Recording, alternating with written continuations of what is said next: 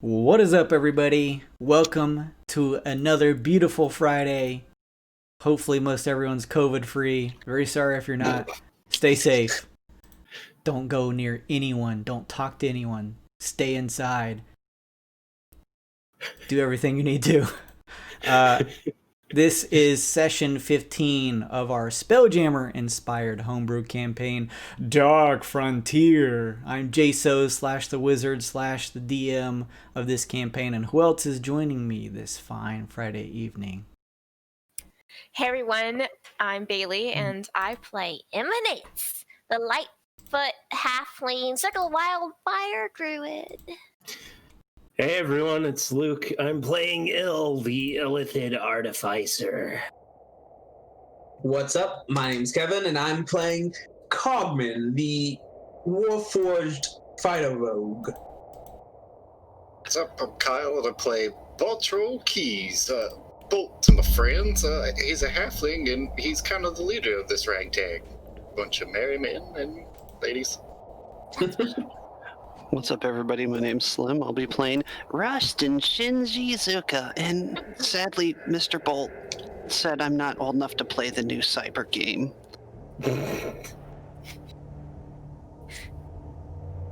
Someday.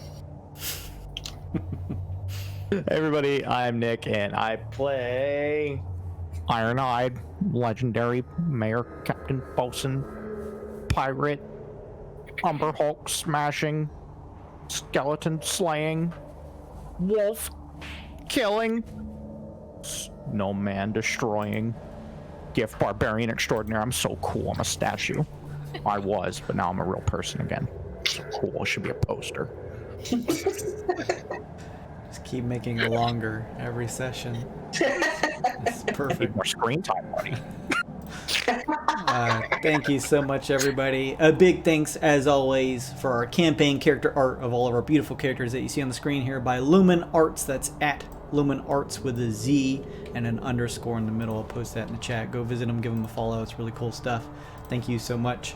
A thank you to Killer Mech for subscribing, not here on our Twitch, but our YouTube channel. That sees very little subscribers, so I'm sure that's an easier place for a lot of people to access the content, because I know probably easier to get to on your smart TV or whatever. So thank you so much, Killer Mech. I appreciate that.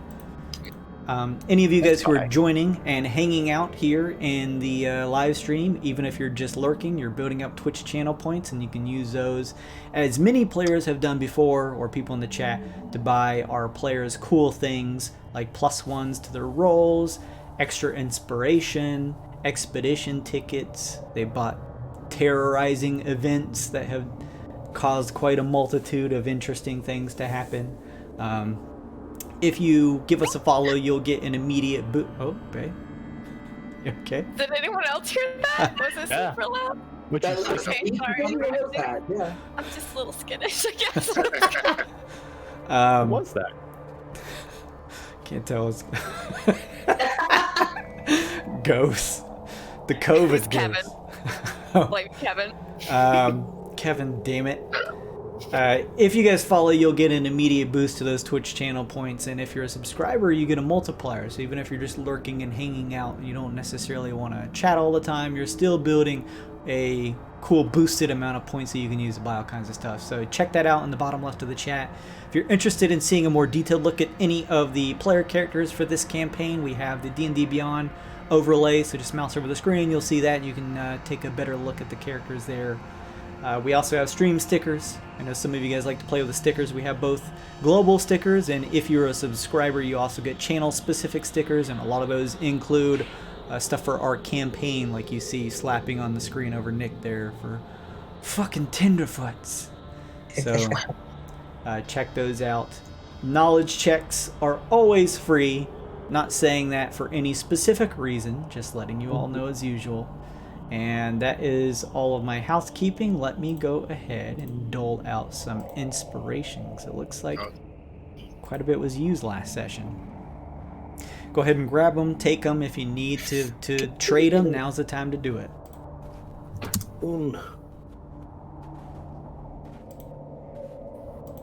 Devil's bargain. Oh, it's a roll 2.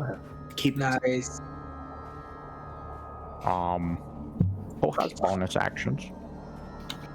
I'm gonna hold on to mine. It's a gamble, and I like that. Yeah. Who has bonus actions? I do. You want to trade? Yeah. I mean, everyone has bonus actions, but I'll. Well, like good bonus actions, like serious bonus actions. Sure. Yeah, that's me. Totally. Take it. Take it. I would probably be Cogman. Don't. Unless he. I mean, I'm taking this. It's done. Powerful choose 2 card. Oh, is it? Yeah. was Sucker. And then if you guys are happy with your cards, why don't we roll to see who wants to give the recap from last week? Who gave the recap last week? Diplomatic immunity. Right? It was me. I think it was me. Was it? I Yeah. don't remember. I don't remember. It was. I thought it might have been me. If you don't, I thought it might have been me, but whatever. I rolled anyway. could have been Ironhide 2 weeks ago. way from those 20s. You weren't even here half the time, so you didn't even explain nothing. I think it was Luke. I don't know. No, Slim? Luke escaped it week after week. I will never suffer consequences for my actions. I think you must all realize this by now. What are even the actions anymore? I don't even remember. The actions are not giving the recap. Well, in that case then, Thunder. What happened last time on Dark Frontier? Well, let's see. We got snow plowed by a bunch of snowmen, and we sure did. had to dust ourselves off and heal up and try to decide if we wanted to freeze to death in this frozen hell. He didn't hear me say it. Then we trekked through the snow for a little bit more till we found some sort of icy shanty shack kind of thing out in the middle of nowhere. And the Krynos chilled, and we chilled for a little bit, and we dug further and investigated further to the unfrozen water lake thing. And there's a big giant crater in it where we think the wolf crashed into. And we couldn't figure out how to get the information to see what was inside of it. But it's a good thing Emma's an animal and turned into another animal and dove into the water and found all these cool things, but almost got ate because there was giant water dragon snake things. But good old Uncle Il was nice enough to go fishing, and he caught an Emma, but almost died himself. Thank goodness Mr. Ironhide's super strong. Then we headed back to said shack, but we were ambushed by a mysterious person. Found out a little bit more of the details of what the hell's going on in this planet, and shared more information with Emma. She told us all the details of what she found inside the ship, that they're creating and making more monsters to fight us. It kind of sucks. I think we're outnumbered at this point now. But it was nice that, I mean, for future reference, we're going to meet a new character who's totally an old character who totally chills with Il. I know it's meta, but holy crap, I bet they're going to be awesome together and totally not die. My head hurts. What's happening? Anomaly. And I think that's about it. But Ruff, she's pretty cool. I bet she'd be awesome with that lizard dude, though. Good old Rencass. Thank you. I think that's it. Yeah, that's a pretty good summarization. Thank you, Shinji/Thunder. You find a expedition ticket in your packs as you guys are taking your moment of respite here within the makeshift stable that serves as an area for the Krynos to fuck and eat each other's asses. What? You guys, I don't know if you saw during the recap, there was some ass munching action between the mounts going on. That looks like a snowplow. Oh no. But yeah, I was zoomed away from that. That's That where is you. what they call it, Shinji, but how did you know that? What are you... I've All right. seen some of your holovids, sir. Oh my, that's enough. So yes, you guys were hanging out in the makeshift stable. It is a 10-hour trek back here from the area of Lake Numb back to Chillimere, the actual settlement of Chillimere, the planet. And you guys had just spoken to both Ruth, who you guys know in the future by a different name, but right now she is Ruth, as well as Hunter Malik, finding out about their backgrounds, what purpose they served on the Clapper Claw ship that Emma swam to deep in the frozen waters of the lake, and where you guys had planned to head next. So I give the ball into your court. It is up to you. What would you guys like to do? Well, I believe the current plan was to cut around the dark wood, the dark frost, dead frost, that's the one, without going back to town, so as to not raise suspicion, and then head to the mine. Is that Mine. Yes. Yeah, that seems to be the general direction, yes. Just a point of confusion and clarity, was there a ritual site inside of the mine? What do we know? Because wasn't that what was leading us into the forest to begin with? This was to find like a ritual site or something? Yeah, they mentioned something of Ruth mentioned something about like some sort of ore they were mining, and it wasn't the usual ore that like that you know, the adamantine stuff. It was like some kind of special shit. Yeah, okay. And I we thought there figured was the most likely spot was the mine. Yeah. For some reason, I thought there was another location out that direction that wasn't the mine. You guys deduced based on your adventure into Kaliphel's house, who is the town's wizard, that he seems to be doing some things and had a place from some documents you guys acquired that list a separate place that he goes out to that is in the forest or on the edges of the forest. So his place that you guys were kind of planning on maybe stopping by was on the outskirts of the forest, and you would know how to get there, especially if you guys are planning to do, like you said, cut around town and kind of stop by the forest. You would have to pass by or pass through the forest anyway to get to the mine. So you're right, Kyle, 2 separate locations, just for different reasons. The mines are where you guys are assuming is your crewmate Briarburn has been taken, as well as where the residence of this creature, the Nightgarm, is this experimental creature from the Vodani that ended up crashing the ship because Ruth let it out. And Kaliphel supposedly went off to some site on the outskirts of the Deadfrost Forest. So 2 different locations, but you guys could hit both on the way to the mines if that was the plan. It's just up to you guys. Well, it seems like we owe at least the town that much. We've, and I look at what was her name again? Ruth? Ruth? I look at Ruth and said, we at least have one thing to apologize for, so maybe we take care of that along the way. And since you got us into this mess, Ruth, you're going to help us get out of it, and this is going to be your first step. She turns to you and says, "Is it on the way to the mines?" Absolutely, he says, not knowing. Probably. We Almost. think Probably. certainly, probably.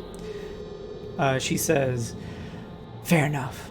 I'm trying to stay from within the city limits anyway, due to this," she says, kind of showing off her lycanthrope form that is kind of covered in the slightly reddish moonlight tinge. Yeah, safety in numbers and that. Well then, shall we? Let's move out. Any other outstanding business? He says, looking around. Nah. Well then, let's all head out. Dark All right. frontiersman, away! I've been waiting to say that. You guys spend a couple minutes gathering your things, maybe shoving a bit more ration in your mouth, and preparing for the 10-hour trek back from this northern area into town. Luckily, you know that you have your mounts with you, so at the very least you're not having to trek by foot. You're also wearing relatively comfortable, warm clothing and will not suffer any of the effects of exhaustion, provided that you do not have to pass through the blizzard again. So you guys begin to trek down south. As I mentioned, it's pretty much just a straight shot. You take a moment to align yourself with the blood moon and then just begin heading straight south.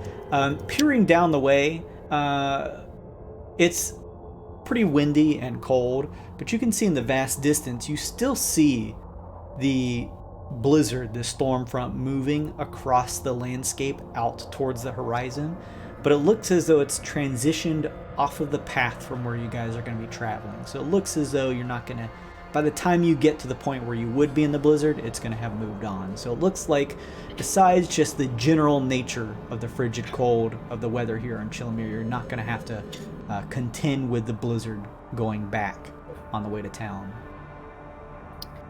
We didn't we get did a not chance. Okay, yeah. Yeah, we didn't long rest. We short rested.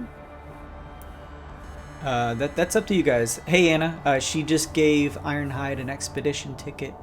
Oh, my favorite. Thank you very much. Have a good I one, love Anna. you, Anna. Thank you for stopping by. That's up to you guys if you want to. If you want to take a longer rest, then it's all up to you. I don't know your resources. I guess we could here in the old shed barn ship thing. Are we all That's- generally?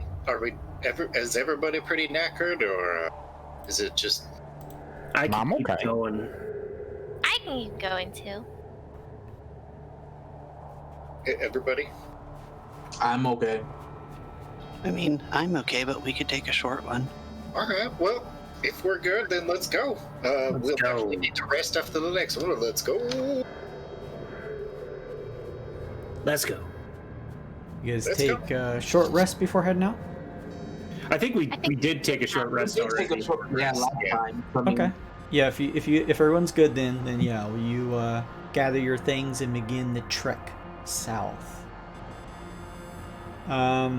You guys know the general direction. It is a straight shot, nothing difficult, does not require any survival or knowledge checks.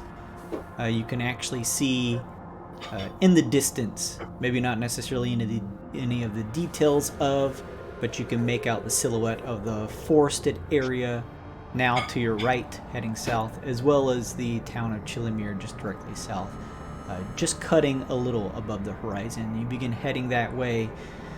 Travel is moderate. The Krynos seem to be moving through the snow at a pace that is more advantageous than you guys trekking through it, trudging through the snow that raises up some feet would be difficult terrain and would make you guys go a bit slower, but the Krynos, because of their bulk, just kicking their hooves out front, just crush right through it and continue along.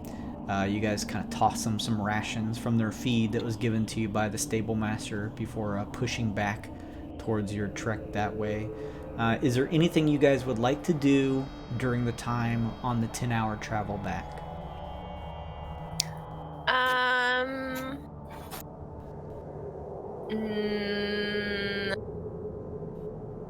Talk to my buddies. Can't think Talk of to animals. Keep a lookout, maybe. Okay. If you want to make any checks, you're welcome to. Here goes that big old perception. That's a 9. Big old 9. Starting off strong with a big 9.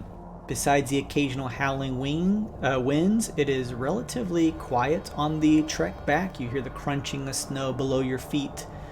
You don't eye anything suspicious while keeping a lookout ill during the time you are making your way back.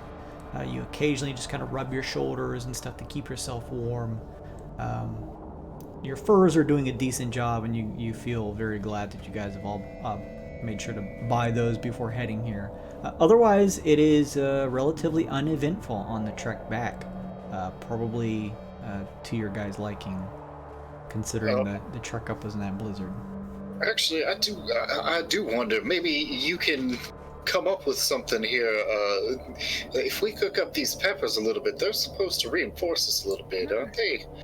And I think probably going up against a wizard that's born and bred in the cold, probably a good idea to take any advantage we can get. I guess I could try to whip something up. Guidance! I guidance him! Jason, I would like to try to cook a meal from these peppers on the way there. I'm thinking a nice jambalaya. Sure, right? One jambalaya coming right up. Yeah. That's some wolf meat. Yeah. Let me see here. Let me see what I can tell you about these peppers real quick. You guys know that when you break down these peppers and sprinkle them over a meal, they provide you plenty of warmth, as well as, let me just find this page real quick here. The pyre powder. Sprinkling this grounded powder over some food before eating it gives you advantage on any checks made to save against freezing temperatures for the next hour. That would only last an hour, though. For an hour. You would also know Malik will chime in that he's at least spent a couple days in town, long enough to know that there is plenty of contests that have happened inside of the Frosted Nipper Tavern of two folks chomping down on some peppers to see who can stomach it better. He tells you that provided your stomach can handle it, instead of you taking some very caustic damage to your vitals, if you are brave enough to eat one and survive a check, you can actually spew out belch of fire damage. And I'll kind of just post that in the chat. That's kind of neat. Well, I guess I'll break down some of them into powder. I'll break down 5 of them into powder. I mean, we can say that if you want to kind of stop and just do a quick little side trek before you head towards the woods, within that hour time span, you can. And we'll say that provides you advantage on any checks from freezing temperatures, and I'll even say from saves from spells that are cold based too, because of the warmth inside of you. And how many peppers did that take? I don't remember how many you guys bought. I have 11. I have 11 in my inventory. Okay. If you're making a meal for everybody, I'll say it takes 3 to just sprinkle it over enough. Okay. To feed everyone. Down to 8. All right, everybody's got a yummy pyre pepper meal. It's like one of those ghost pepper donuts from Dunkin' Donuts, because I imagine we just have Little Debbie's. I just make a spicy Little Debbie. Ooh, Now you're talking. truly inspired. Yeah, I mean, I just threw it together with literally what we had, but thanks. It's alright. There's not a spiciness to the food, but instead a almost literal warmth that warms the tops of your mouths and your tongues as you chew on the food and swallow. Not fiery though, because it's been crushed up. It doesn't burn you at all, but it is a certain warmth that sort of persists as it goes towards the stomach, and actually you feel as though your body is heated up. It's like jumping in from the hot tub into the cold pool, where you have that feeling of a heat shield. You feel kind of warm despite being out here in the coldness of the frigidity of the area. And you guys trek on. You're now close enough from when Il cooked this that you can see the edges of the Deadfrost woods here over on the right side of the town, and you guys begin to kind of navigate, just staying on the edges, not going into the forest per se, but knowing that this site that Kaliphel frequented is somewhere around these parts, and you just kind of continue to press on. Traveling on your Krynos, it is not long before you guys come across up ahead, trailing almost a small river a frozen river that sort of just runs along, like a creek that runs through an area here that just bows in and travels along. You notice up ahead what looks to be in the clearing from where the kind of forest edge ends here at the outskirts, a couple different dilapidated stone structures around here. There is a large one out quite a few yards away from you all that looks as though it is almost like a circular stone structure, like some type of, maybe at one point it was a scouting tower or a meeting place, although it has plenty of what looks like either damage, but not necessarily structural damage, due to any type of infighting or battle. It looks more just like the wages of time have weighed on it. Pieces of stone missing, just entire parts of the wall broken away. It is relatively dark inside. The larger one that you see at a distance, there seems to be some other kind of ruinous rubble around that makes up two other spots to the left and right of you as you head up onto this. And I'm going to go ahead and grab your guys' tokens. If you guys want, go ahead and throw yourselves on whatever mounts you would typically be on. I'm going to put Malik in the cart. And then we're just going to say Riff is just following along with you. Yep. Did you find the fire? Come on, big guy. Get real close. Okay. You did a good job with those debbies. Hey! You don't like debbies? No. Okay. More for me. You could still have some though. They could have used a little Creole seasoning, but it's all right. You shut the fuck up, sir! It was perfect besides. Yeah. They were meh. You're all right. They looked I'm mad. watching you. Emma, What? that was very rude. I was just being honest. Wow. Oh, why, you want me to lie to Ill? Okay. All the time. You just tell him it's good. Can you two stop? Sir, kindly. Yeah, all right, well, so about this wizard. About this wizard, indeed. Yeah, I'm just moving your tokens over. Hang on just a second. I have to do a little bit of resizing whenever I move from one map, the imagination map, to an actual gridded map. I've got Pyre Pepper Debbie dust all over my fingers, and it's getting on the inside of Thunder. Just rub it on the Crino. Just, he won't know. No. Just clean your hands off on the Crino. No, feed it to the Crino. Let him lick your fingers. I'll lick your fingers. It's so good. Oh. Please don't feed it to the Crino. Let's just look for this wizard. You don't have to let anybody lick your fingers if you don't want. Thank you, sir. I'll lick my fingers. That's good. No, I'm bailing out of that one. I'm bailing out of that. Record! Okay, I'm moving you guys over now. Tastes like burning. Please, before we death spiral. Oh, God. It's going to happen. Just gonna dab the time away.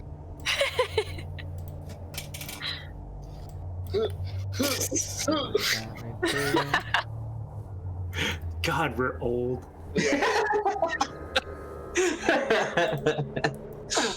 So embarrassing. Fuck it. We're playing D&D. What do you go? Wait. It's totally lit. Ugh.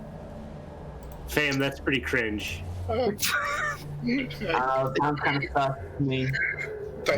No cab, y'all sus. There is some general rocky outcroppings around this area, mostly snow covered, and like I said, pretty dilapidated. What looks like some fort-like structural structures around here that you guys can see, and free movement. Just let me know what you want to do. Oh, fuck. What did this place used to be? It's a great question. An excellent question. And what's their proximity to the Deadfrost? You guys are like right at the outskirts of it. Okay. So it's like right behind you, essentially. There's just no trees around here because it's like a little bit of a clearing. a little bit of a clearing. Ill wants to go. He suggests that we should split up and maybe check out some of these outskirt buildings before we go inside, seeing that there's some stuff in there. Team Ember, going right. And go check this. Team Emma. I don't know why I said Ember. That works though. It works. Well, I'm a little slow, so I'm gonna take the not so wonky path. Go this way. Wait, are we? Splitting up is a dumb idea. It'll be fine. It's not like. Hey, nobody said anything at the time, so. Don't think about it too much, and if things go bad, we'll get back together. Yeah, I'm sure all will be fine. Malik! Mr. Ironhide, why don't you come with me? Okay. I won't hold it against you that you didn't give me the Debbie dust. Okay. Very nice. I'll share my next Debbie with you, I promise. Oh no, I have plenty of Debbies. Do you want to check the place in the back, Emma? Huh? Back in the back. Yeah, we're going to the back. Malik, come with us. You're on our team. We're gonna win. Pops out of the cart and says, all right. Yes! So who heads where? Looks like Ill and Bolt are headed over to this left spot. Yeah, I think we all moved in accordance to where we're heading. Good. Okay. So, I'll just do one at a time here. Ill, you and Bolt come across a circular structure. There's no roof on this spot here, and the winds just kind of kick around and blow inside, giving a more higher pitch squeal as it just pushes through this open stone here. As you peer inside this circular area, the cobblestone that makes up the floor, this was likely some structure of some import, but has seen the wages of time as things have gone on. You see it is littered with a little bit of refuse, and both of you guys look behind you to find that Ruth has followed you. I said crossbow last session, but it's actually like a longbow that she has that she is attached to her back with like a quiver along with it, and she's just kind of sniffing the air and looking around along with you guys. You see in one of the corners between some stones largely covered in snow, it looks to be like some empty wine bottles, and then over in the other corner what looks to be perhaps some like supply or crate or of some type, along with like a pitcher on top, and then a smaller like mini barrel that sits on top of it. Well, I suppose we're looking for signs of our wizard friend. Did you spot any foot tracks or? I don't know. Somebody's getting. Well, looks like somebody was having a party in here. I pick up the jug. Is there anything in it?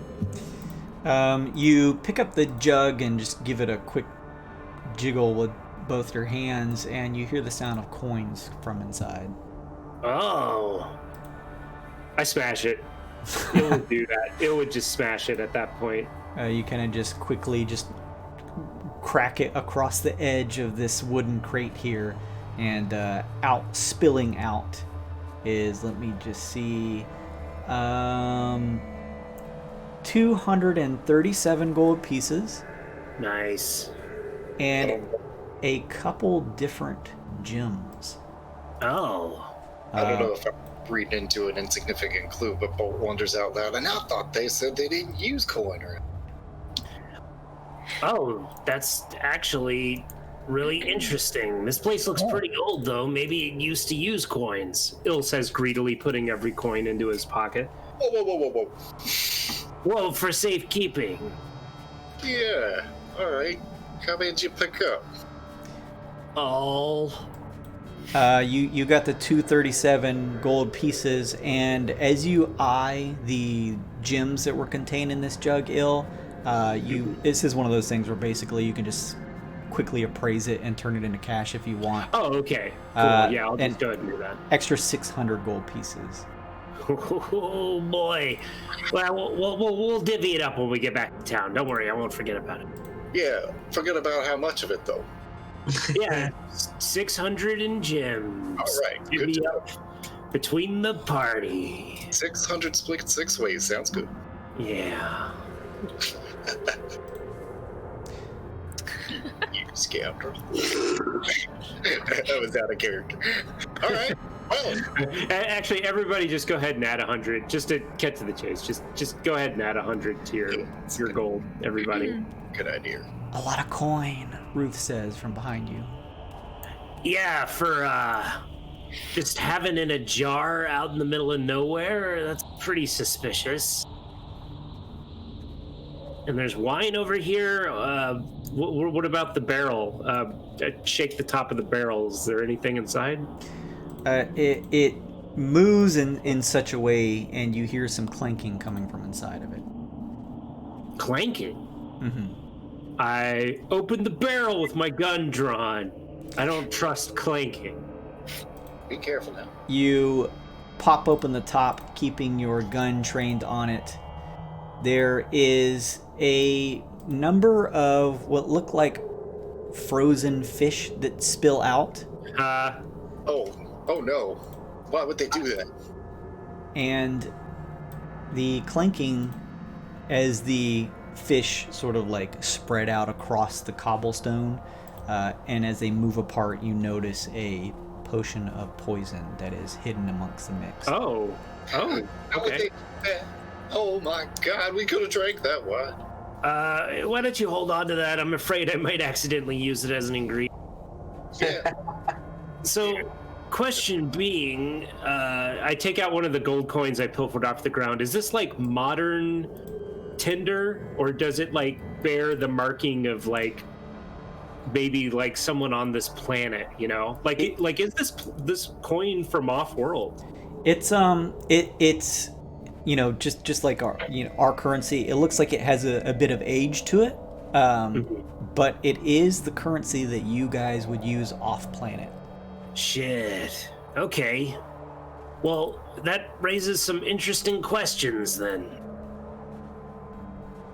It does. Anything else that we can see, Jason? You check those two. There's just a larger crate underneath the two that you've already looked at, the pitcher and then the smaller barrel. Be careful now. Open it nice and slow. Actually, yeah, wait. This is starting to make me nervous because there's coins and now there's okay, all right. I'm gonna check this box just in case it's like trapped or something. You do, after kind of checking the others, you do notice that this one does seem to have at least some amount of security to it. There's like a darker steel padlock on this one, keeping it locked at the front. Can I guess what, like an investigation, or like what do I do to see if it's trapped? Oh yeah, do like an investigation. I think would be the best one to use. Yeah.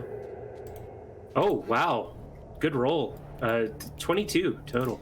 You peer around, seeing if there's any thin tripwire or anything that may suggest, a cobblestone at a place as a pressure plate. With that check, you do not see anything that would register as out of the normal in terms of extra defenses for this. Just kind of wooden. All right.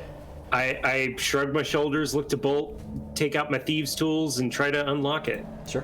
Give me a what do you think? Like a sleight of hand check to pop that lock. I think I just used the thieves' just with tools. the tools. Like, okay. Yeah. Yeah. All right. Yeah. Woo. Rolling hot. On it. Oh Jesus. Well, Don't forget to put your pinky out. It helps with the sensitivity. Sure does help. It gives me a Nice. good boy card. There Thank you you, go. Bolt. Hey.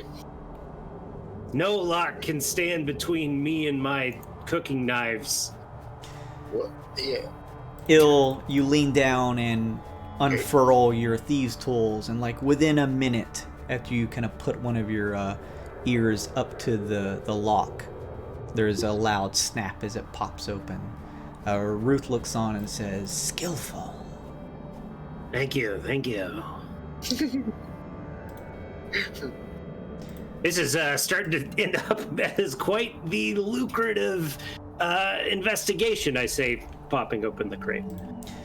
You pop the crate open. It is filled with what looks like just a number of warm blankets and furs, but as you shift around to kind of just pull the rest of the contents out, hidden within the bundle is both what look to be a pair of goggles of night and a potion that you're able to take a look at to see that it's of animal friendship. Yeah, I have identify if it matters, so... Okay. We'll say that you're able to, quickly surmise what some of this stuff is.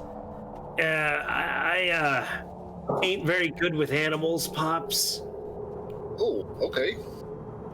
Maybe you should hold on to that. Actually, I can already see in the dark. Are you wanna just divvy out these fancy spectacles to whomever needs them? Sure. We'll figure it out. Yeah. Well, I'm ready to go home. This has been a mission. I'm back at your phone. Yeah, I was thinking. I guess I just want to make like a general intuition check. None of that was trapped or anything. Based off of Ill's investigation check, he didn't notice anything that looked, trapped or defended beyond the lock. Oh shit! Wait. We picked up a potion of poison here. Can I check these wine bottles to see if they've been poisoned? Yeah. Give me a nature check. Oh, nature. I'm okay at that. God, I'm rolling good today, y'all. Rolling good today. I get down there and I kind of poke one of my tentacles into it just to test and see if it's poisoned. Don't touch it, you crazy. There is just the slightest bit of frozen remnants at the base of some of the bottles. They were indeed poisoned. Oh man, this is like one of them stories with the private eyes and stuff. It's a conspiracy or something. It is quite the mystery. Well, not a whole mystery. They were poisoned. Oh yeah, how about that? I bet the other groups are finding just as much information as we are. Yeah. So you guys continue searching around that area. Barn doors. We'll go over to Thunder and Ironhide. You guys come over to an area that's not too dissimilar from the circular, smaller structure that Ill and Bolt went to, except this one has seen just a much larger amount of wear to it. There's basically just a couple rows of stones that used to make up the walls here. It's almost like a stone chin look at this point, just because of the amount of damage this has sustained over time. The cobblestone makes up this area, and you notice over in the corner, sort of in the darkness from the moonlight hitting this stone wall and it being dripped in the darkness, it looks to be some type of skull that seems to have some type of... It almost looks like some type of purple... some purple layers, almost like an onion, that seem to be coming out of the top of this skull. That's creepy. All right, big guy, give me a second. I'm gonna take a look around here carefully before we go prodding any purple onion skulls. I'm gonna take a... Don't touch it. No way. Onions are delicious, though. I don't recommend eating it either. I'm gonna take an investigation check. Take my time and slowly look around this place and see what I can tell what this was. For this area in general? Yeah. Sure. 25 total. You spend a little time, Thunder, looking around and keeping an eye out, trying to see if there's any idea what this place used to be before moving in any further. You shift around to one of the sides and are just kind of studying the stone cobble work.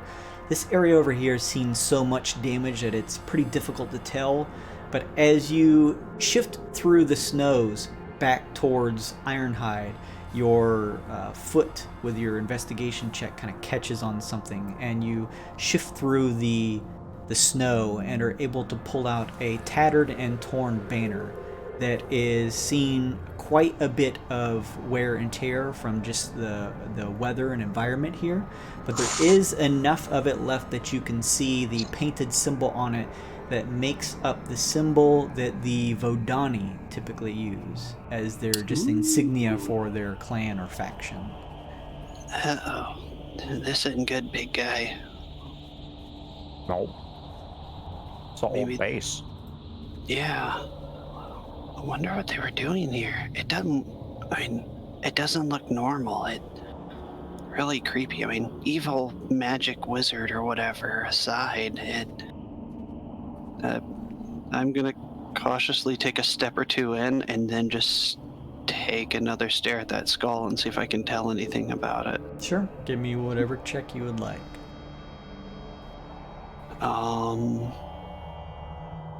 Let's see.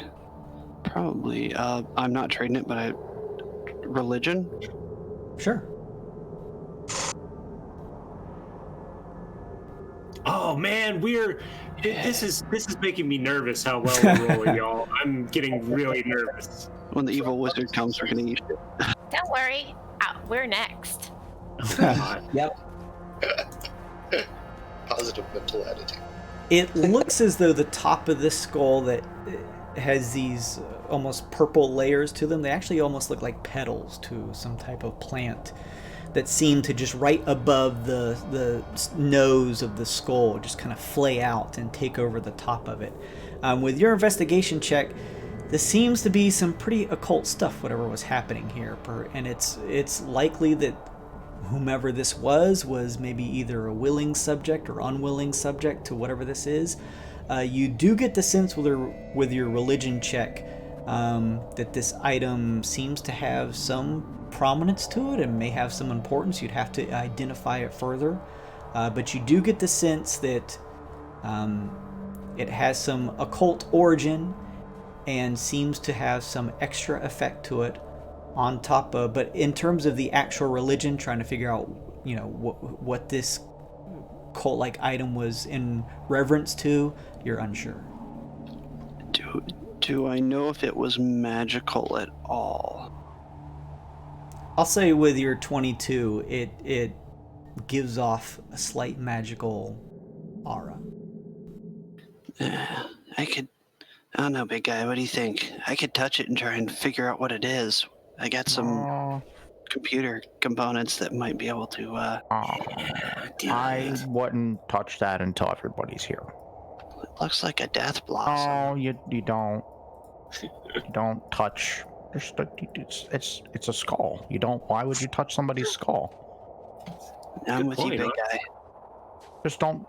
It's dead. Don't touch it. We already had skeleton problems. I don't need to kill more of them. Just leave it alone. I think good old Uncle Ill might have a better feel on this. He's an expert with heads and skulls and all that stuff. Maybe we should go meet up with them. Yeah.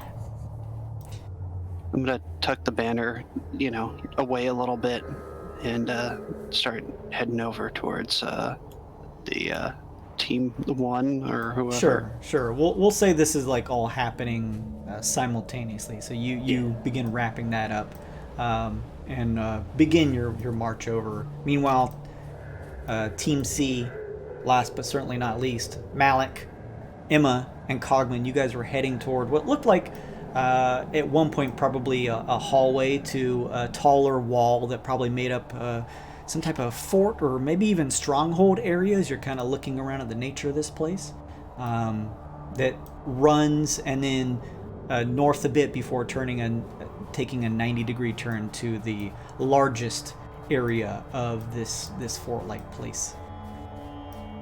So what's this? That is a large rock covered in some Ow. snow. It's a snowman. Roll initiative. Cogman, look at me, Cogman, look. I look. I want to investigate this area. Sure. Is there anything in specific you're trying to find out about this area? If there's anything, any kind of maybe recent footprints, anything that looks like it's been hidden in the snow. Sure. And so that's going to be investigation. Okay. Let's see it. Can I do perception instead, Jason? That still counts. Yes. 19. A 19 perception, you get the general sense that this place has been around for quite a while. You're not sure how old, but it certainly looks like the wages of time and the harsh weather have weighed on it. It's a little difficult to see inside of the larger area without heading in. The darkness of the twilight around here makes it a bit difficult to see. But you do peer before you're about to end your investigation or your peer around this area.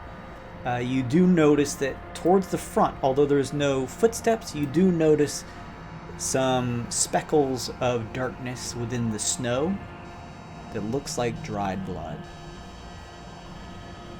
Okay. I let Cogman know. And is this a window we can look in? That is just a broken open area of the wall that is just no longer there. You can actually see a couple of the cobblestones that probably made up that wall have kind of just fallen into the snow and have been covered up by it. Yo! Battleman! Come here. Cogman! Yes, what do you see? So let's go sneak over there and look inside. I'm gonna be right behind you. I will too, Malik says, hiding behind Emma. Alright, I'll peer inside. I'm gonna roll a stealth. Sure. Just because. Never a bad idea. There it is. Guidance. I'll guidance your next check. Try to 12, so we'll see. You do your best to kind of muffle the crunches of snow underneath your feet, Cogman, as you head towards this open, just hole in the wall. It's a bit dark inside, just due to the general twilight around this area.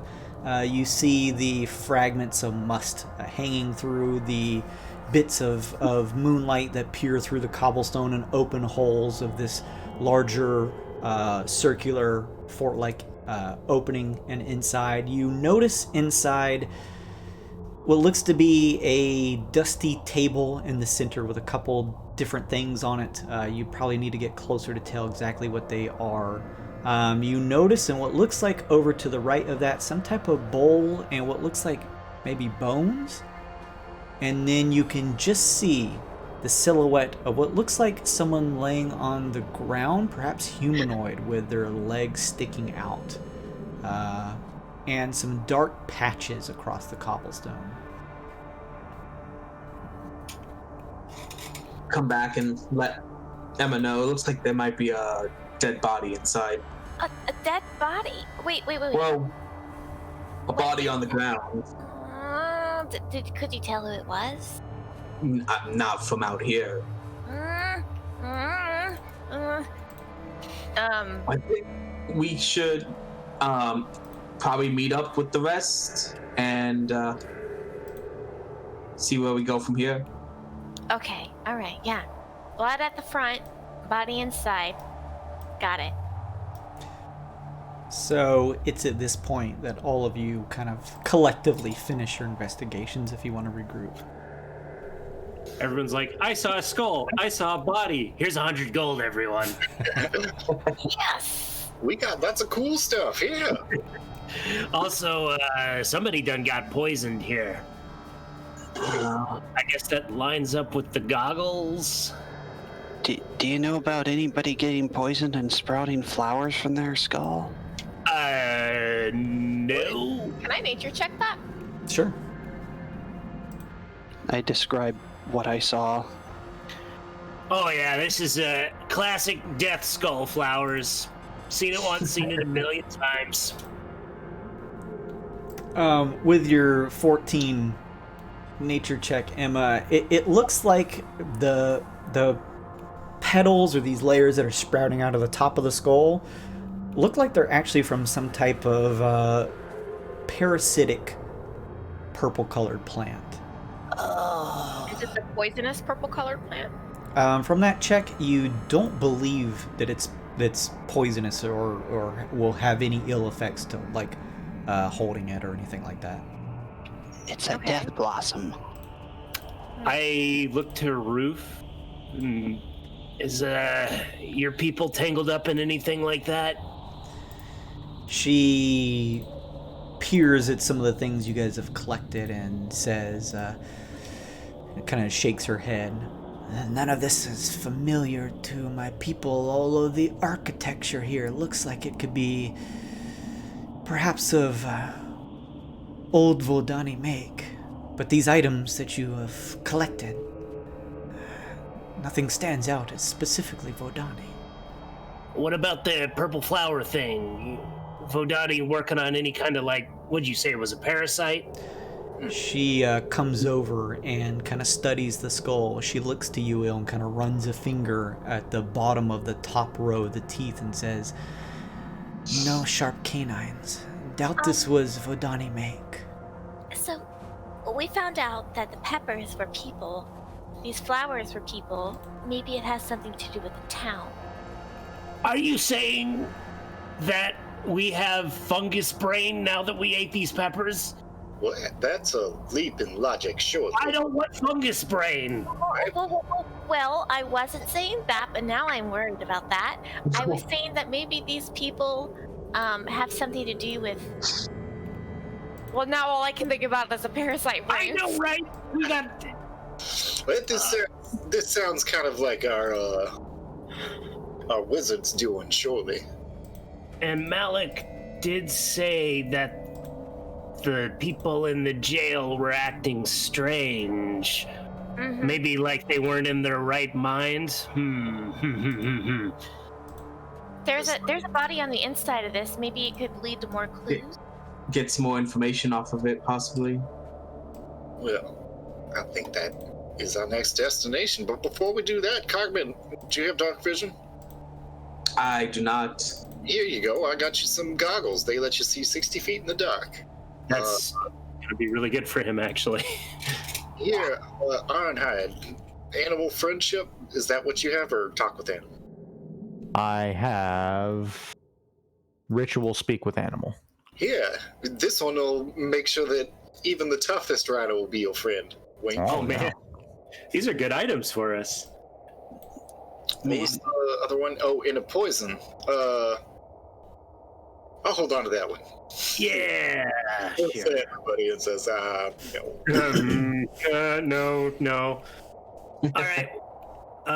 Jason, am I correct in seeing that this is an open door that can see inside over here? It's similarly to the other side. It's just the wear of time has just broken down the cobblestone wall here, and it's just an open area to enter from.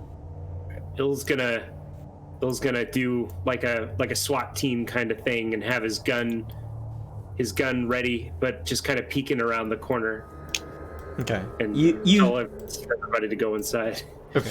You get a general sense of the same things that Cogman saw. Yeah. Although you have a little bit more of a clear view, you notice along with everything else that it's actually dried blood on the cobblestone, and you see quite a stack of bones over to the left side.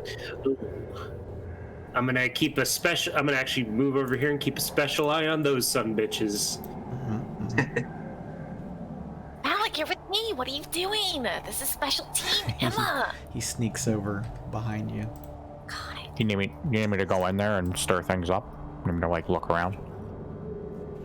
I'm not there.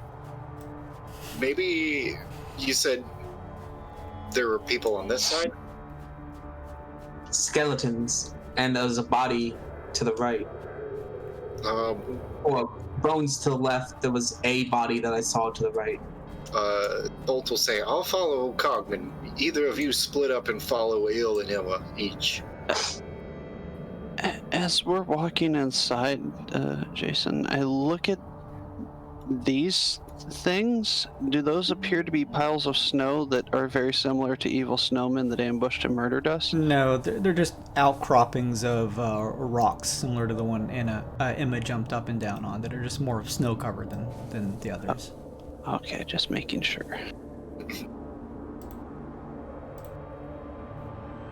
All right, don't everybody rush in at once. I'm gonna. Do I need if I want to do stealth, do I need to roll another one? I'll say at this point, yes. Okay. With the group. I'm okay with that. I also want to do stealth, but Yeah. Much oh better. my god. Nice. Much better. What are these I'm fucking invisible. rolls? I'm not stealthy. I'll just stay at the door and keep an eye out back here. Oh my god, these hot buttery rolls. Mm-hmm. There we go. There we go. I know. That Malik, wasn't a terrible roll. Malik sneezes behind Not you bad. as you push up.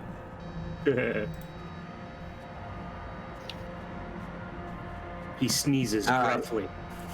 I'm for a little breach and clear. Oh, yeah. Press forward. Roughly where's the body where this blood is? Right over here, you're able to see it more clearly now as you enter the room and your eyes adjust to the darkness here. Wait I- a second. Are we supposed to be on a dark map? No. Okay, because I was like, I could see the whole map. No.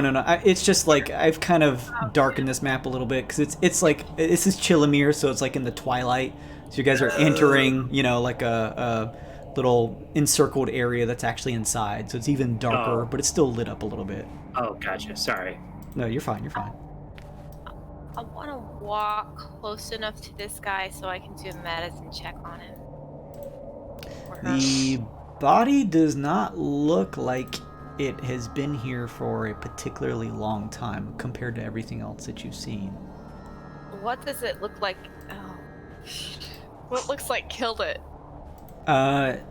You see next to the corpse, sitting in just a pool of dried blood and caked blood, a bowl of some sort that just contains just this dark, what looks like reddish blood or liquid that's in the bowl. A very bloody knife that is long sits next to it.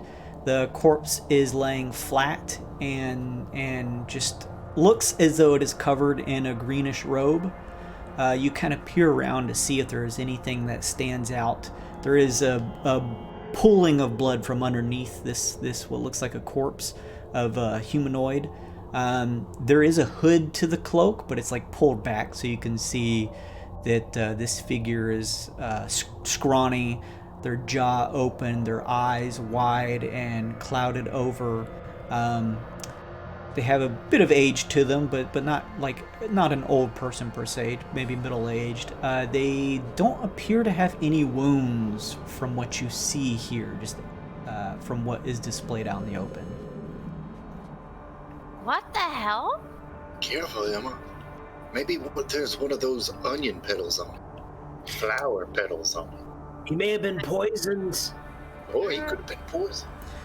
There is a very gross smell of blood and just decayed corpse coming from this area.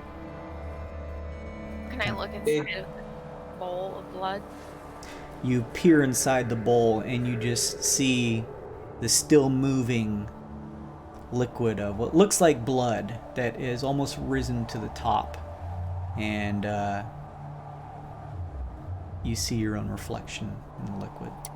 I want to scrape around the bowl with a knife. Okay, you pick up the bloody knife and scrape around the bowl.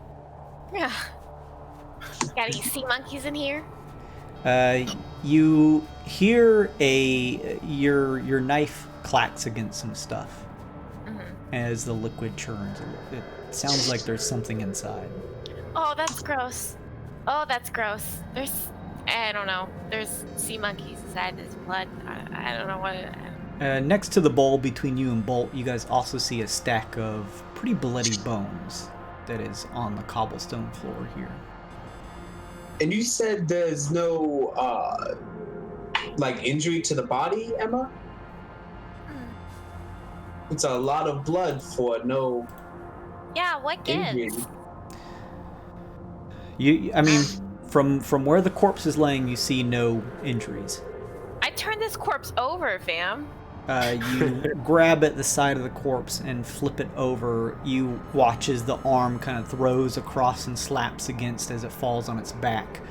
You now see a massive gash in its chest and just the insides of what almost look like a hollowed out person, like a dissection took place here.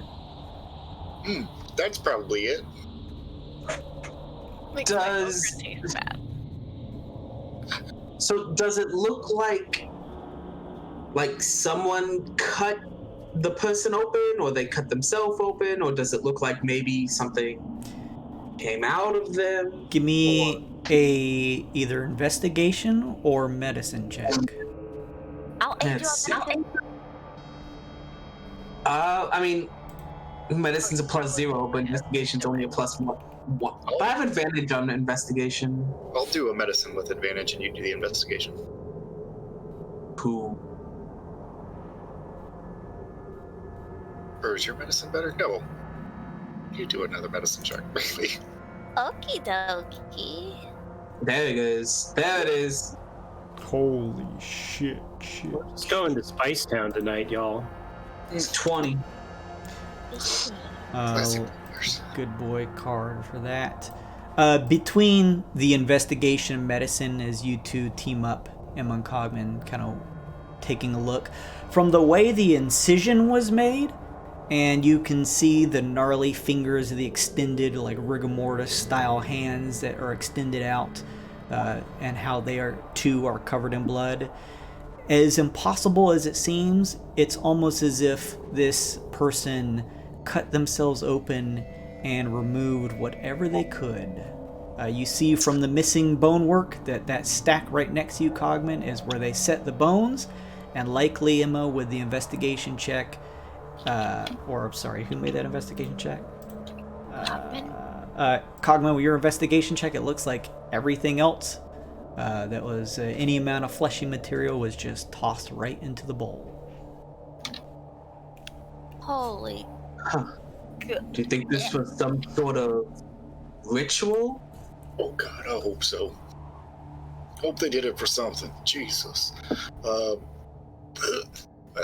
Bolt starts to, as he reaches out towards the bowl, and a little magical silhouette comes off of it, mage hand to root around in the bowl, finger around. Oh, you didn't need a mage hand for that. You could have just asked.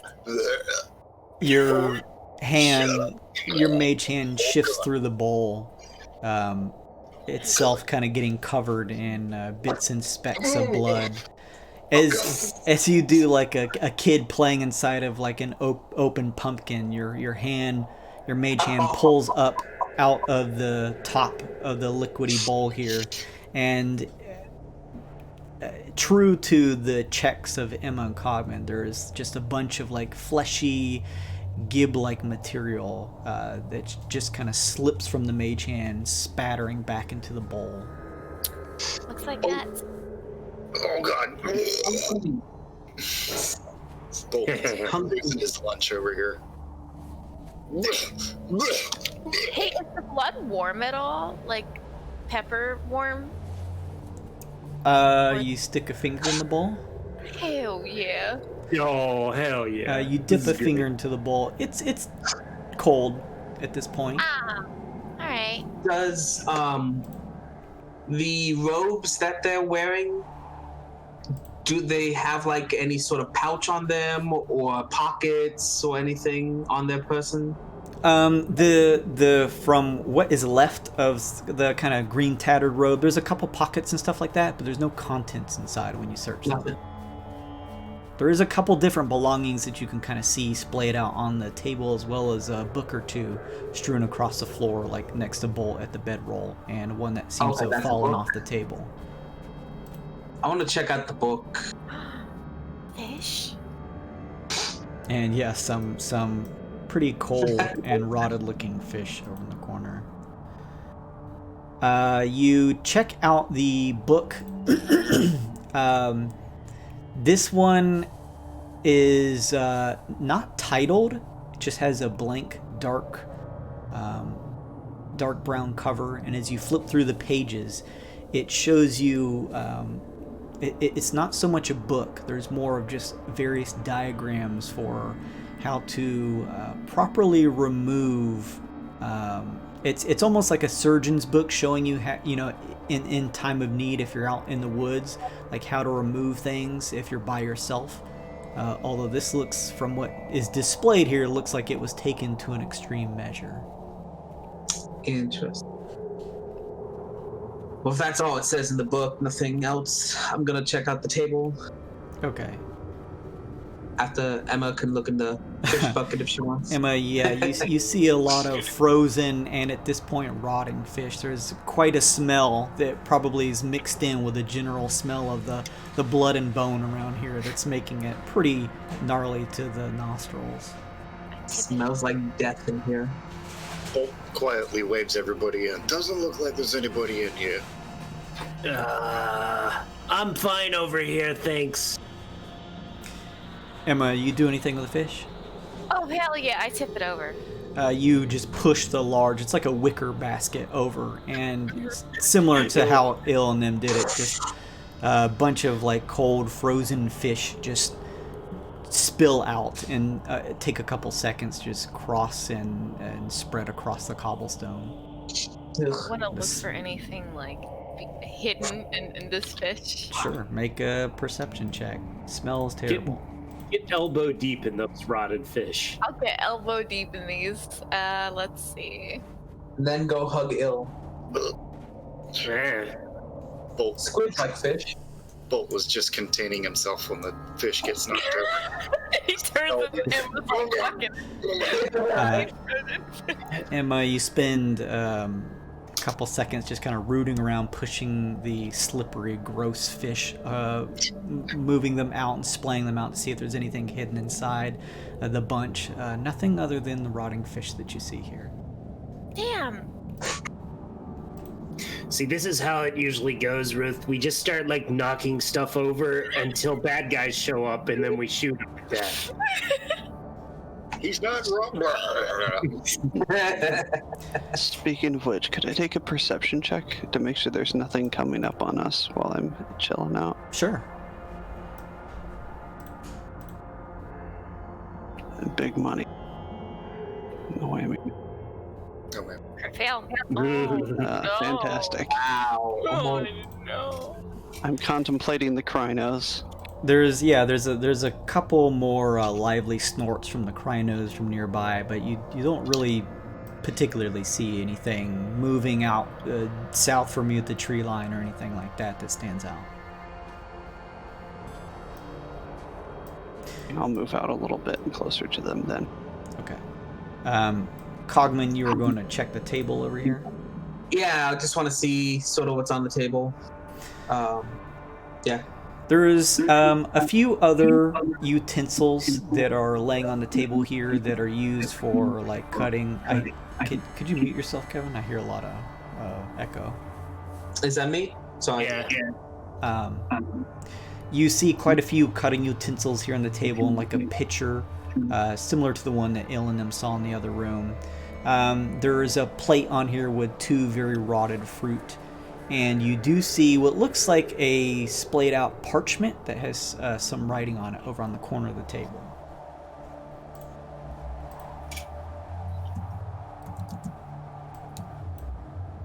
You're muted, I think. Cogman? Who's trying to fix it? Hello. There we go. There we go. Sorry. Can go I ahead. see what the writing on the paper? You take a peek at the note written here, and it's like just hastily written on a parchment here with a drip or two of blood on the edge. And it reads, "Let this existence die and give birth to one anew, where we servants shall all ascend. The gloom from above washes over this world, and within it portends a new beginning. Down towards the bottom with some space, there is two things, writing and then a symbol. The symbol that you see looks like the same one that you guys have seen before, carved into the tree at Deadfrost. This almost setting sun looking image, or perhaps half moon, it's difficult to tell. Next to the same symbol, written in 3 words, is "Twilight is coming." It's pretty twilight here already. Alright, so this definitely seems like some sort of ritualistic suicide. It looks. Yeah, but usually when that happens, it's like it means something. Like, what did they do this for? For nothing? Thunder, the Krynos outside begin to shift around almost uncomfortably, and they begin to trot forward to about here. Can I take another perception check? Sure.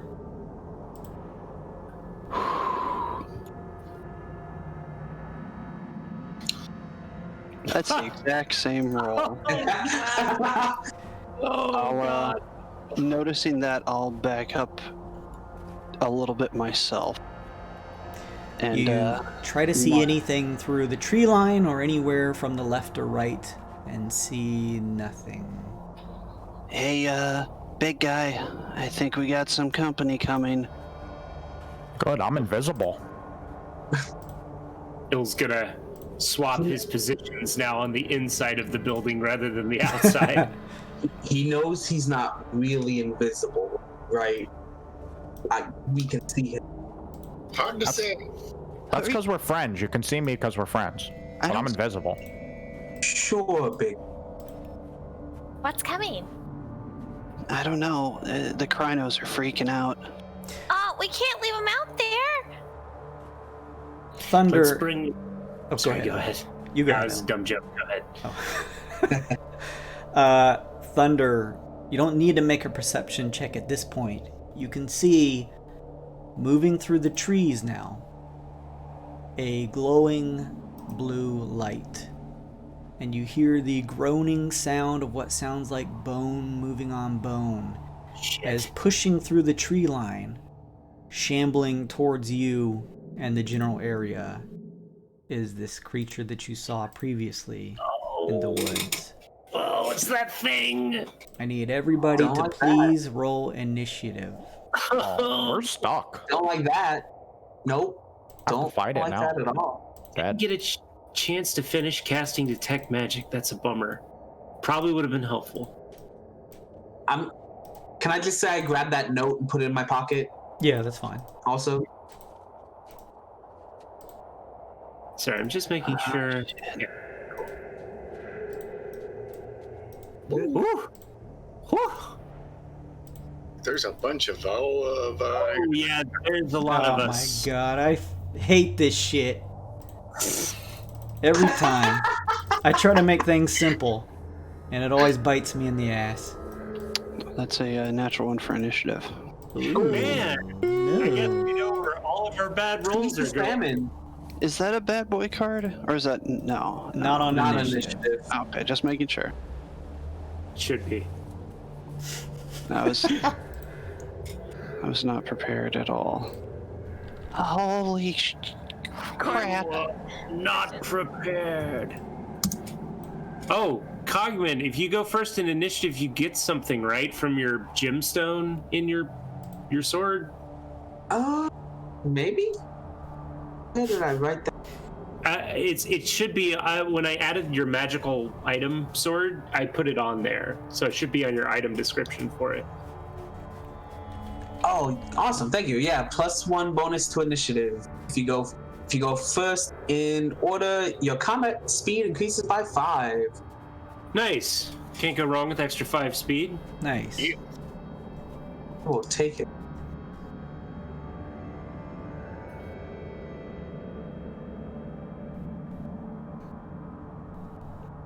All right, hang on just a second. Does everyone have your initiatives put in? Oh, let me. No. Yes. I do. Yes. I'm gonna Oh. start.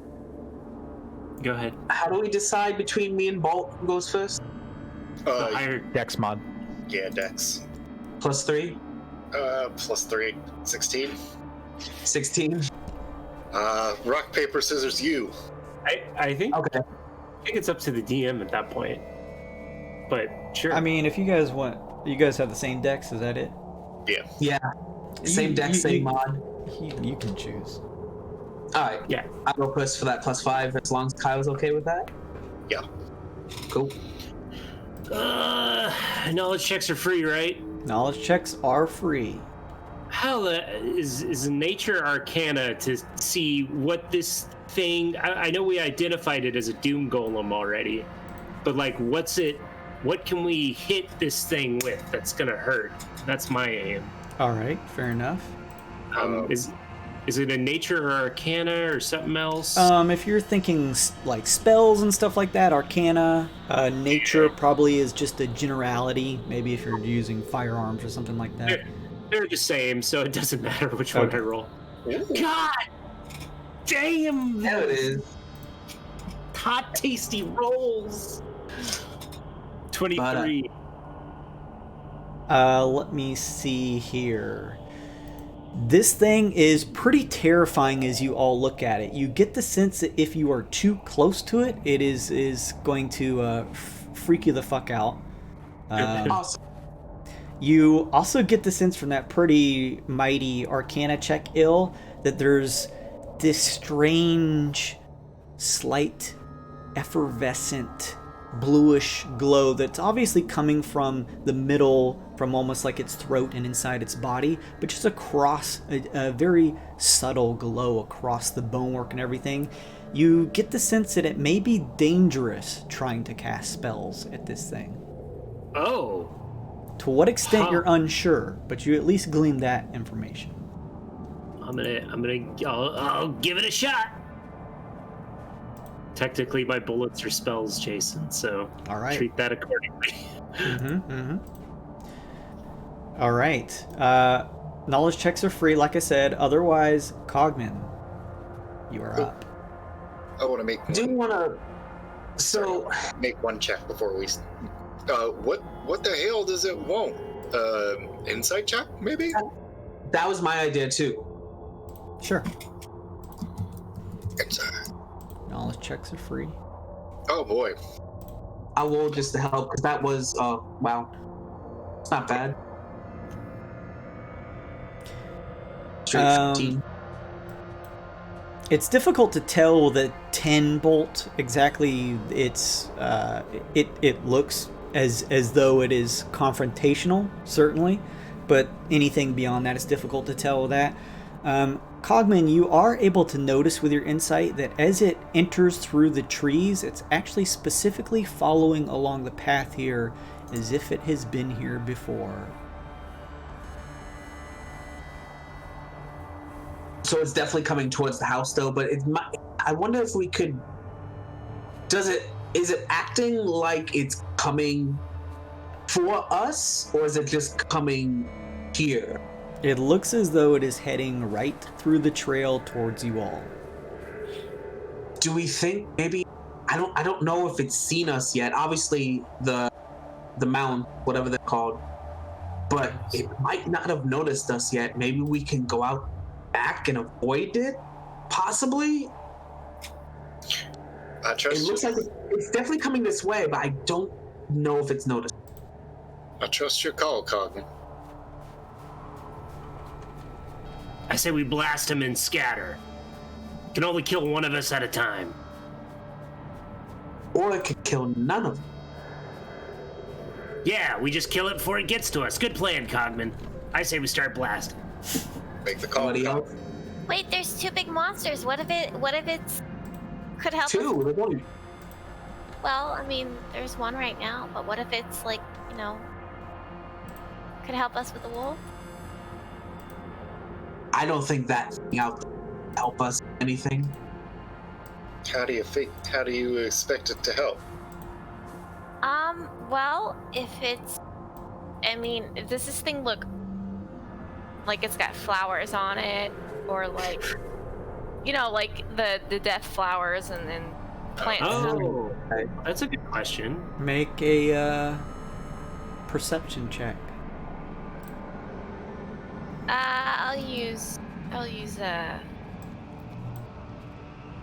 no, that's a 2-1. Okay, yeah, I'll just. Can I assist with a perception check? Sure, if you're trained in it, of course. Yeah, I'm trained. Here, take my glasses. Oh, they're too big for you. It's just one big, large eyeglass over her face. Well, It does look like an amalgamation of things, Emma. From here, you can't see if there's any particular, like, the same lotus petals that made up that skull you guys have. But you do notice, interestingly enough, that this golem-like creature is, besides some tethers here and there and some other odds and ends, it is largely made up of just patchwork bones. guys, I think we should wait. I mean, if maybe it's coming after the dead things. Okay. How about we go out the back, watch it, see what it does? Sure, yeah. I mean, there's a dead thing in here, so it eats it or something with it. What do you think, Captain? And Go ahead. if this thing eats dead things and there's a big bad wolf out that's taking dead things and turning them alive again, that is maybe something we could use to help us with. Something Well, like It looks bad news. If we can turn it against our enemies, let's give it a go. Everybody out the back. Okay. Well, I'm going to double move then to get out. Ill, you can shoot it first if it comes to that. Let's go. I don't think I'm going to do that anymore. I'm going to go out the left. All right, Cogman begins to use his turn and quickly vault over the desk and make his way towards the back, out through a large opening in the wall. Anything else, Cogman, once you get back there?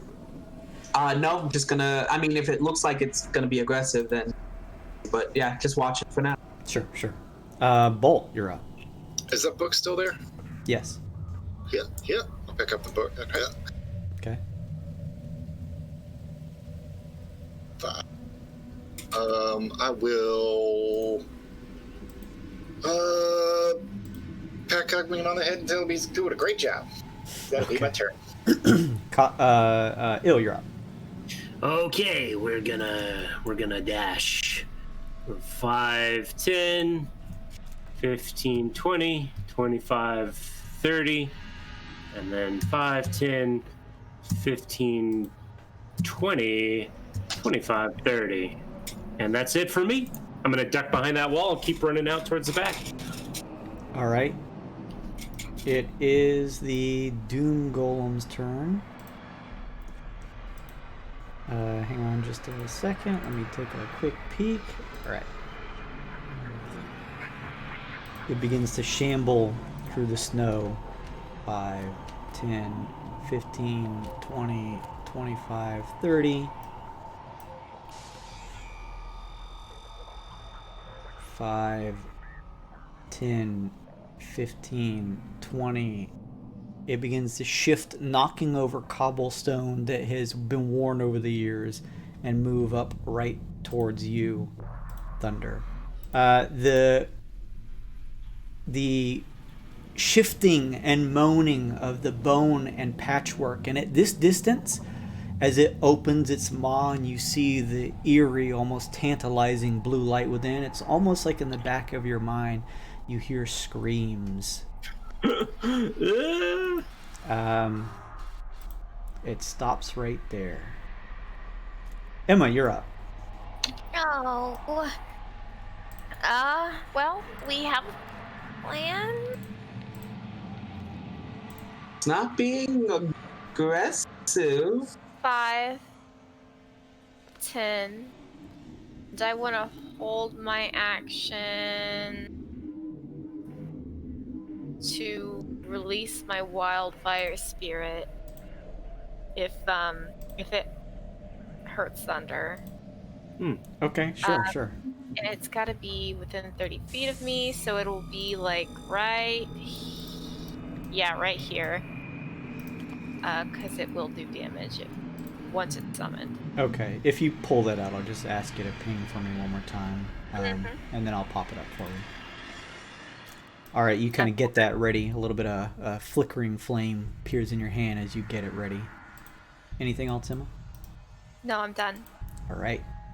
Roof kind of watches for just a second, and then it's going to pull back 10, 15, 20, 25, 30, and just basically make her way over here next to where you are, Ill. She has her bow drawn and has an arrow knocked, kind of just holding it down at the ready. Yeah, see what I mean? We knock stuff over, then bad guys appear. It's pretty typical for us. She turns and says, "You weren't wrong." Ironhide, you're up. Oh, my little buddy's in trouble. He's so small, too. Not aggressive. It's not aggressive because I'm invisible. Before I move... He's threats. Pretty much. What the Doom Golem, is it like Tyrannosaurus Rex staring Thunder in the face, like right up close, or Yes. can I it is? It's essentially like bearing down on him. You hear the terrifying sound of just bonework clicking and clacking, and this eerie light just makes the hairs on the back of your thick neck stand up on end. oh, I want to save the kid, but my best friend. Oh no. I think I gotta run. All right, buddy. Yeah, so I'm gonna dash. This is gonna give me 80 move. Quick go. 65 to get out the top.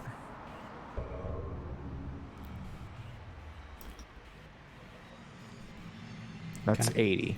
Quickly shift and curl around the corner back there.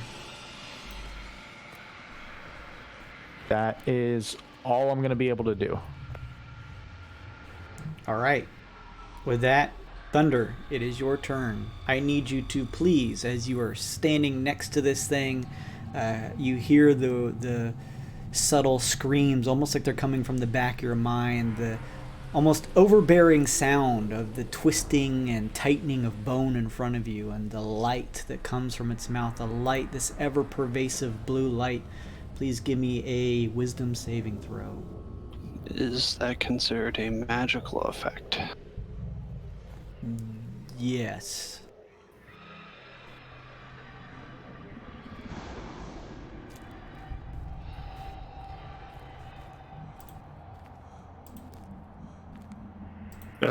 Yes. Hello? Jason? Can you hear me? There you are. Sorry, did you not hear me? No, I didn't hear you. Not if you answer. Yes. Sorry. I said it. It must not have picked up. So it is or isn't? Yes. It is a yes. magical effect, yes. Okay. I have advantage on it then. Thank God.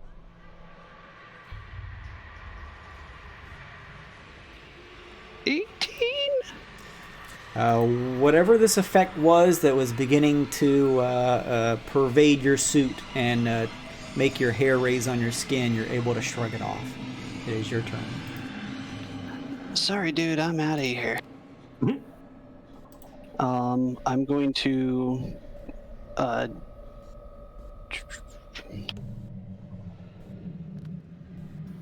disengage would be an action. Correct.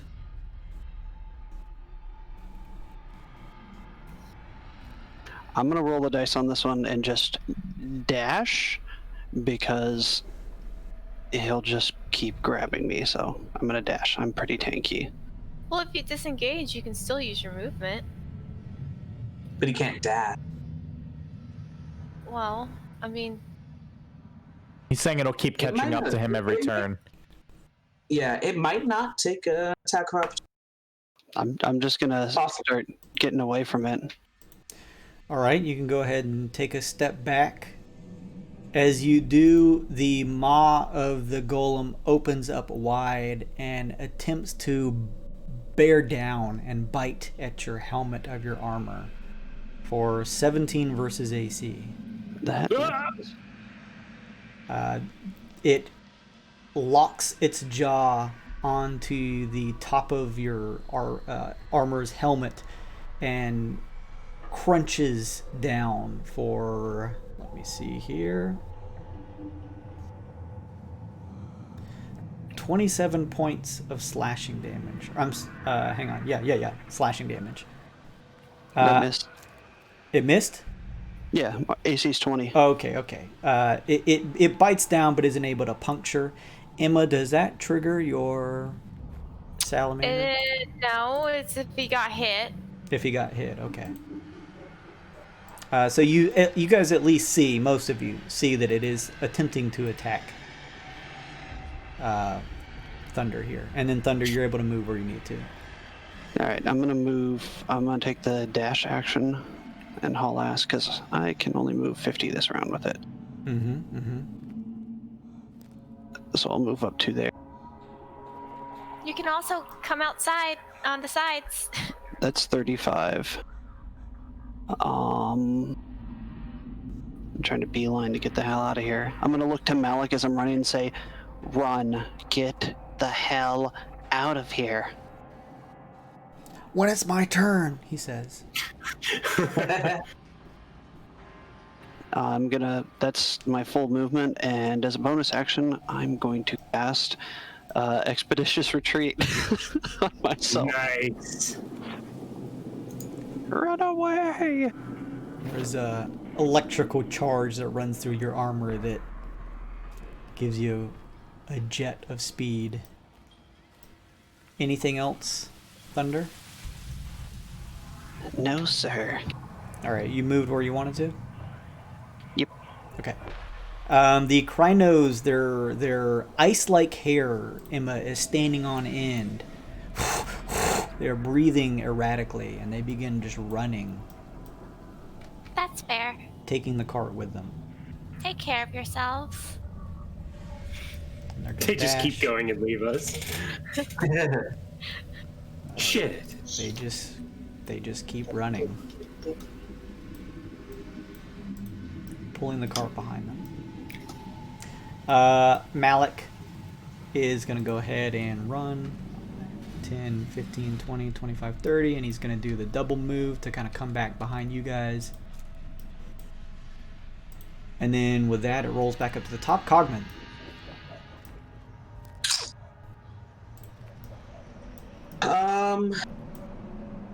Well, we know it's hostile. Are we gonna try to just get away from it, you think, boss? Or we're gonna engage the thing? Let's start counting heads. I count 1, 2, 3, 4 of 8 of us are on this side of running away. Ironhide.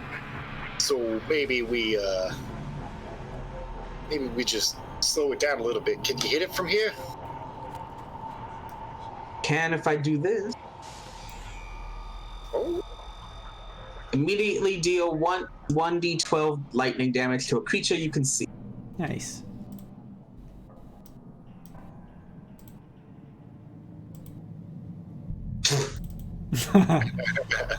Well, It's better than 3 or lower. yeah, better Yeah. than nothing. Yeah. So I guess I just sort of hold my hand out and somehow create static electricity from my gears and sort of zap it. Perfect. Yep, it does just that. Other than that, I have no ranged abilities, so My. I will just sort of cheer on Thunder. Come on, you can make it. You don't have any ranged weapons? Rogue gives you I think one. I have a dagger Sha. or two, but other than that, I guess I could throw a dagger at it. It's up to you. I didn't know.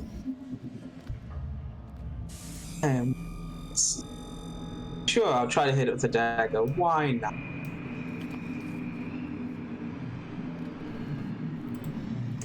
You toss the dagger towards it, and it catches but bounces off of its sturdy bone-like frame. Ooh, Misses. that didn't work. Wow. Anything else, Cogman? I'm good. Okay. Bolt. I'm good. Alright. Oh shit. 2, 3, and is it 60 feet of me? Nope. I'm gonna move around this corner here and then yell at Emma. Emma, which way you going? Me? Yeah. Well, I thought we were hiding from it, so I was going this way. I was assuming it was going towards the dead body. But Yeah. It looks like it's not. Are you gonna try and come this way, or should we start going that way? He points out in this direction. I'll get to you guys. The Okay. Crynos are out of the way. I might try to try to go after them. Oh shit. Alright, well, I'll try and cover your direction if you come this way. I'm gonna hold my bonus action to do this golden fragment etched in acid was a curio that I got. So it lets me do damage on a bonus action. Cool. Sounds good. Ill. The trigger is gonna be it coming through that door. Okay. Sounds good. Ill, you're up. Alright, Ill's gonna move 5, 10. Actually, just 10. I guess that's all I need to move.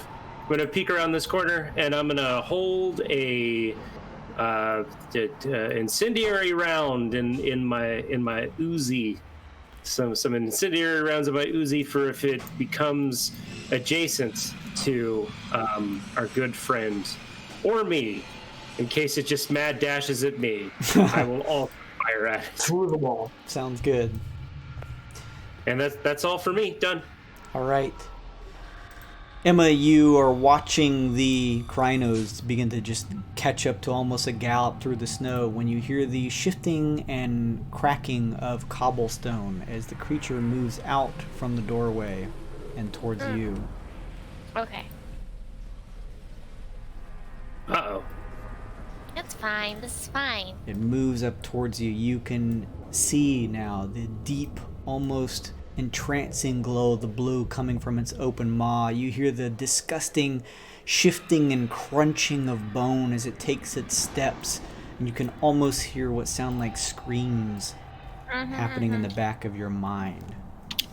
You also see it take one of its like makeshift arms that is just long and thin, covered in two-tipped claws at the sides, and just rakes it towards you for 15 versus AC. No, I dodged away. All right. My armor class is 18. Nice. You quickly shift out of the way from that as it reels back and attempts to bring down a bite onto your shoulder for 21 versus AC. It's going to hit. Hey, but your boy shows up because he hit something, right? This is I think my trigger was that if it hit what's Hit his face. thunder. then it- Okay. It bites into you for 20 points of slashing damage. Ooh. It's a strong boy.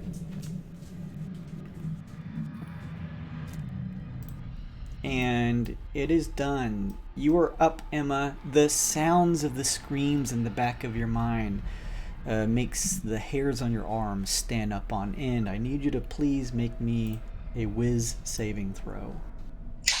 I'm gonna use my whenever I can. Is this, Oh my god. is this a fear effect? Because you have natural advantage against a fear effect. It Halflings? does count Halfling as bravery. the fear effect. I'm not sure how to ever specify that without just spoiling it, but yes. Yeah. So okay, I'm sorry. What am I doing? What can I do? A wisdom saving throw at advantage. Thanks. Ooh, nice. Go halfling. Halfling. Oh, one of them's better than the other. Shit. There's something about this thing's aura that is terrifying, but not enough to affect you and make you frightened, Emma. Great. As an action, I cannot stay here. So let's see. Creature 5 teleport of the. Okay. Shit, I might kill myself doing that. Oh, don't do that. I don't want to do that. Okay, what I'm gonna do instead. Disengage. Disengaging from it. Yeah. Can you guys hear me? Mm-hmm. Yeah. Okay. And then, Bolt, you said you had a golden. Never mind. I'll try to 5, 10, 15, 20, 25. And that's as far as I can get, and I am pretty bloodied. I'm done. All right. Ruth holds her ground and looks to you ill. What's the plan?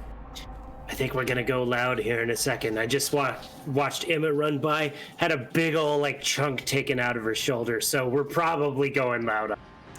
She Just stay behind me for now. I'll move up in a moment. Yeah, she nods, kind of sticking to your side. She's gonna ready an action, such that if she can see the thing, she'll loose an arrow at it on her turn. Nice. And it's in range, of course. Ironhide, you're up. Oh, we gotta go.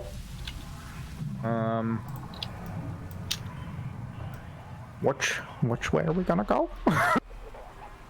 I think we're just trying to draw it into a good place to attack if you just want to get ready for that. Oh, we're attacking it? Oh, yeah. Oh, I'm so mad. Don't overextend. It's a powerful thing. We don't want to catch you caught out alone. It bit your best friend, though. Oh, I'm so mad. Yeah. What, stealth check? Can do that in combat? Yeah. Are you trying to hide? Yeah, I want to get position. Sure. I want to try to unassumingly get where it's not going to notice me if it's going to keep shambling around. Sure. Can a gift do anything unassumingly? Yes. Goof. 19. You feel pretty stealthy as you trudge through the snow, trying to keep quiet.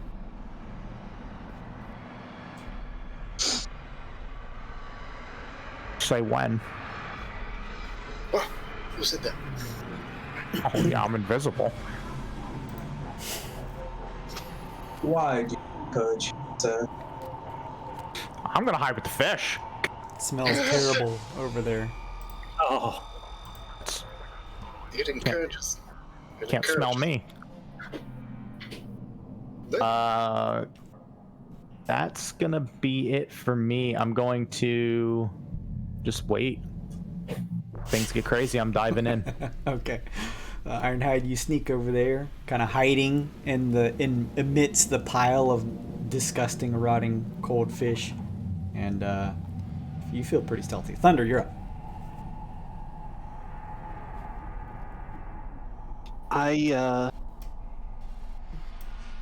Okay, see him. I holler over to Bolt. Boss, are we engaging or retreating? I think it's made that decision for us. I think we're getting full on into it. But maybe don't do that alone. Bring it this way. All right, I got 50 feet of movement. Are you on the inside or outside, Ironhide? Inside, kind of like back against the wall behind the fish barrel. Okay, I'm going to use 30 feet of my movement to run over to him, and you said if we use the relic, we got the 2d6 like Quicksilver, it will or will not disintegrate the weapon. You talking about the curio you got? Yes. It's one use. Once you use it, it's gone. Okay, I looked at Ironhide and use my action to, if he's willing to pour the Quicksilver gel on his weapon. It disintegrates the weapon you pour it on, or no? Okay, so it's just there. It gives you an extra 2d6 damage. Okay. I'm wondering. I forget what. I gotta look at the properties. Do we put it on the axe? The blast and slash. Oh, that's right. A blast. We find a way to use it. Remember you? Yeah. Don't break it. What are you guys doing? Don't put the thing that destroys the item on our cool axe we got. No, if you're talking about the curio, it's the curio that is destroyed afterwards. Oh, it's like a one-use okay. consumable. The maul is just a +1 maul. I think the blast and slash is the same. It's just like a +1 axe with a thing. It's your choice, man. Yeah, whichever you want. Load up the axe. It's clobbering time. All right, that'll be my action. Assuming he has it on his back or something, I'm just gonna pour it on there and then use the rest of my movement while using dash as a bonus action to move over here. That's a total of 50 just to protect this area. Sounds good. Anything else, Thunder? Go get him, big guy. All right. You guys can hear the plodding gallop of the Krynos as it begins to grow more and more faint. Malik kind of creeps behind you, Cogman. He says, "You got another dagger on you?" You're on mute, Kevin. Yeah, I can hand it over. All right, he takes it and he says, "I can fight." And he shifts up with you. Rolls back up to the top. Cogman, you're up.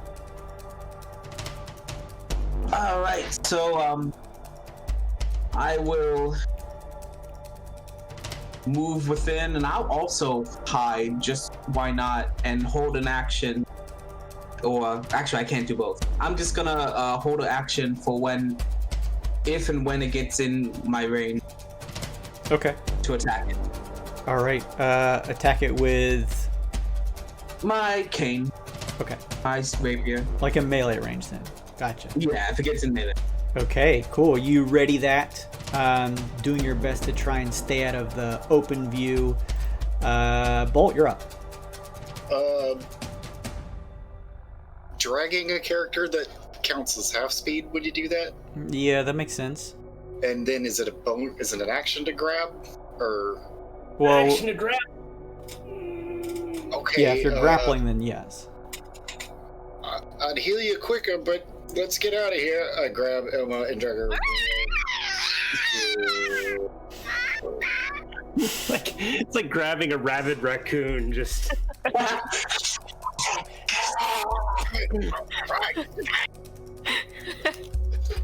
Just don't go anywhere. I gotta find. I put my medical kit here somewhere. What was it?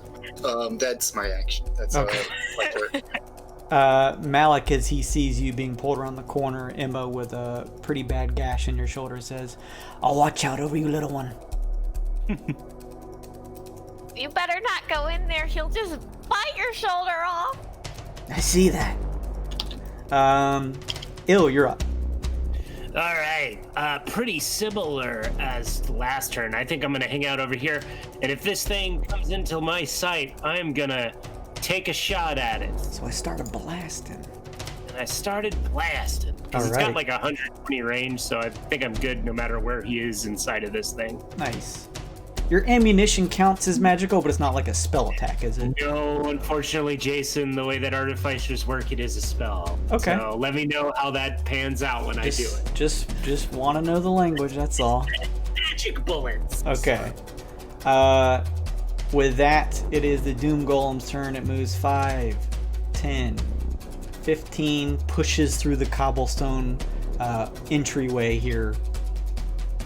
20, 25, 30.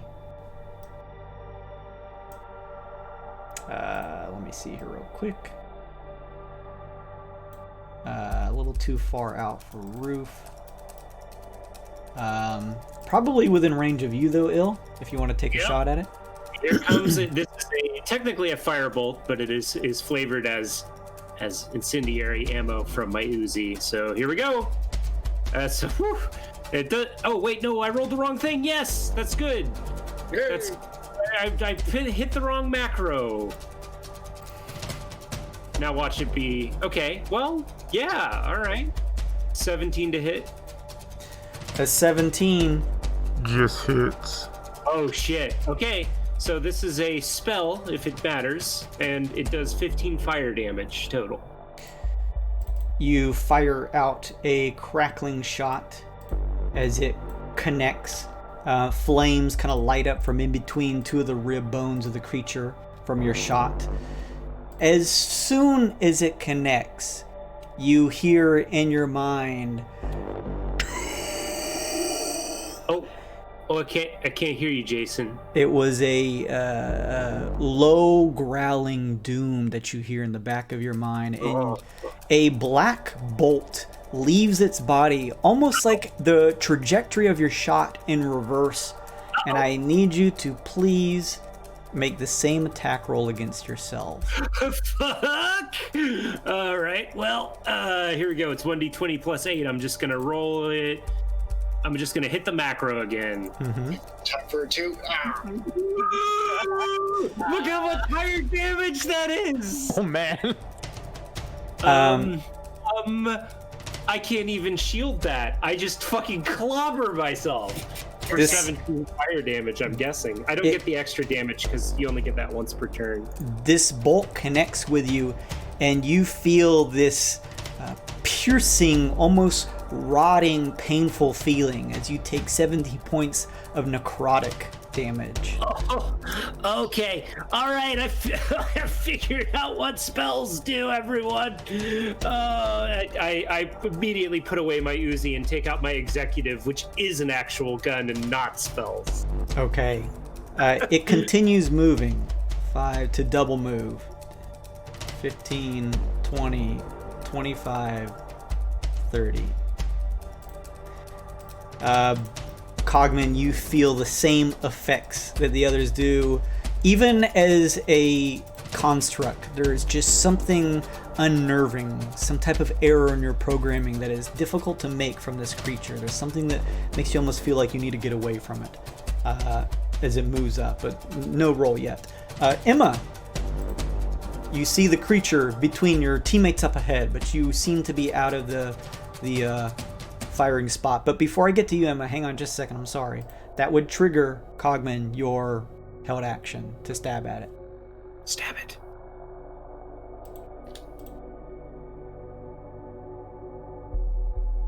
Stab it. Do it. Stab it. Do it. You take a stab at it, but its thick, bony makeup, you're unable to find purchase to actually deal damage to it with that attack. So it moves up there. Now, Emma, you go ahead, go. She's thinking. I'm going to summon Sal 10 feet away from... It's gotta be 30 feet away from me, though. Shit, this is so tricky. I don't know about this class. Burn. Wait, isn't it? Yeah, that works. It's up to 30 feet. It can be... No, I need it to be right here, which is perfect. Because what's gonna happen is when it's summoned, anything 10 feet around it, it's gonna get blasted. Oh, shit. Yeah. Good old Sal. What a cutie. So With a vortex of flames, you all see a wild-eyed, crazed-looking fire newt with embers surrounding it appear in the space over there. And I can...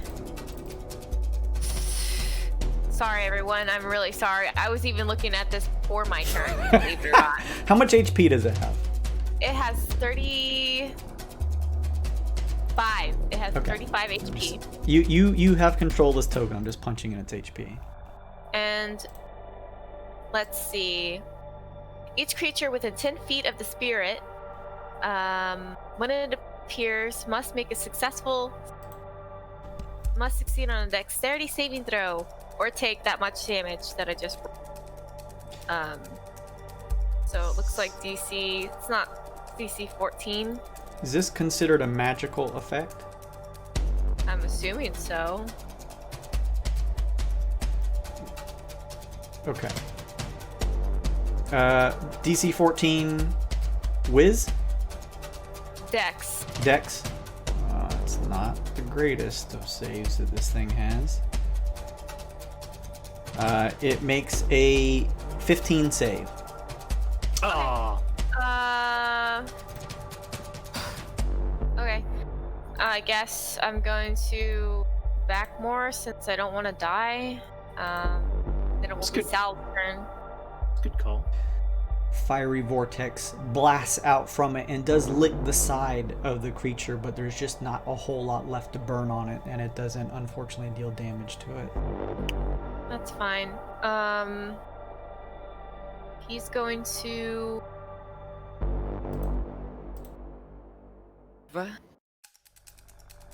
Yeah, he's gonna move.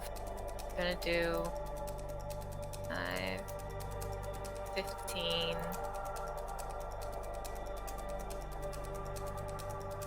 And I can't get here, can I? I can't actually... You could go there, yeah. I could?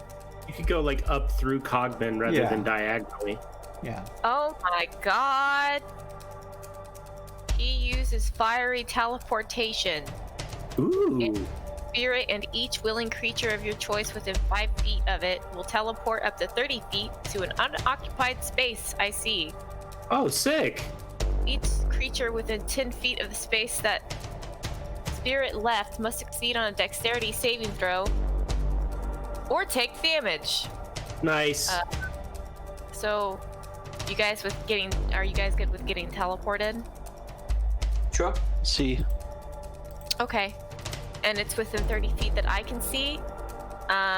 So I know. Put him in the water. It's frozen. They could technically go over there. Yeah, but they'll have to climb and waste movement. So I'm gonna do one of these, I guess. Right behind me. And the monster has to roll another DC 14 dexterity saving throw. It rolls a 13, even with advantage. Alright. It takes 1d6 plus 2 fire damage. Nice. So Solid damage. A fiery vortex whips up, surrounding both you, Cogman, and you, Thunder. And you guys look around to find yourselves wherever Emma wanted you guys to pop up at. Just move your tokens over there. And you have control of your Wildfire Spirit, Emma, if you want to move that one too. The flames you watch bolt and Ironhide as the flames look up around the creature. It kind of stepping back a little as it kind of catches a flame a bit, takes some damage. Oh shit! Thunder, you moving over there too? I'm assuming. Yes. I'll let you I'll stay tell here, right next to the thing, if you want. Okay, there you go. All right. Can I choose the space, or does it have to be in the same order? It just has to be anywhere around Sal, I guess. Okay, just so I'm a little bit closer. He goes right after you, right, Emma? Sal? Yeah. Okay. I'm just putting him in the initial order. He's done after that. That's all he can do. Cool. Got your allies out of some immediate snacking range there, this creature. Good job. Next up is Roof. She's going to pop in here and try and get close enough. She's going to let loose 2 arrows.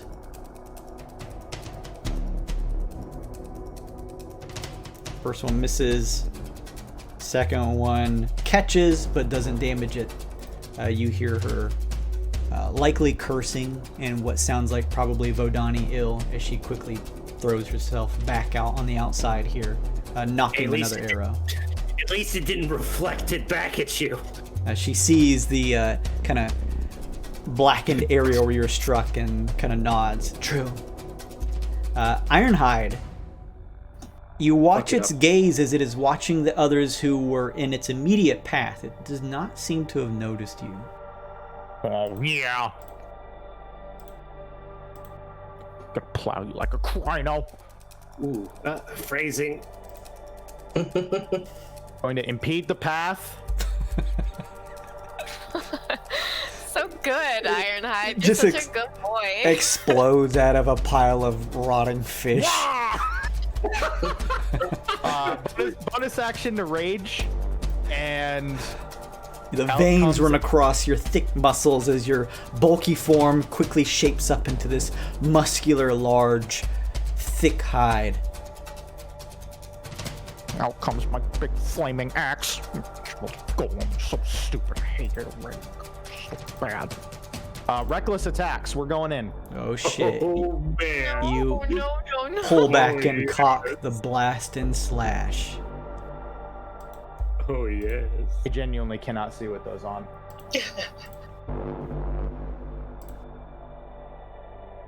First attack.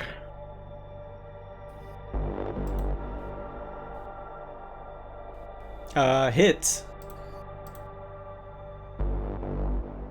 All right, yeah, 20 versus AC.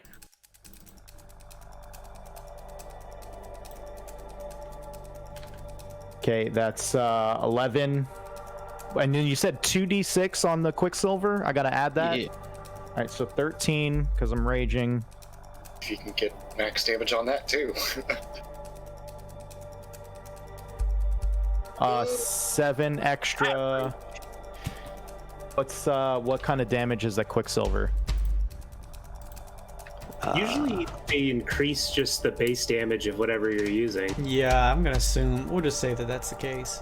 All right, so 20 magical slashing. Second attack. Mwah. 17. Just hits. Oh yes. 18's even better. 18 hits 2.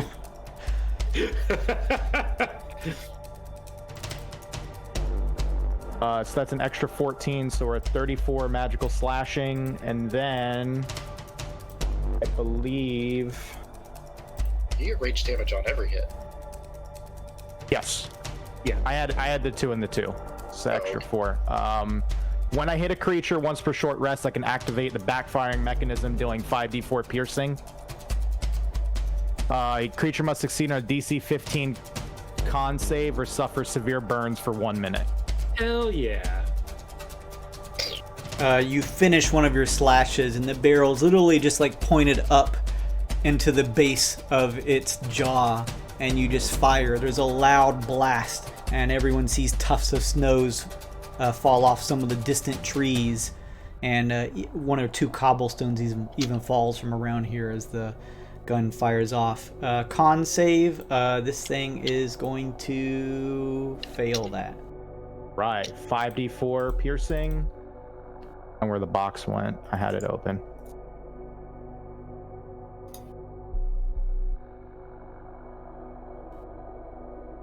So an extra 15 pierce. Holy shit.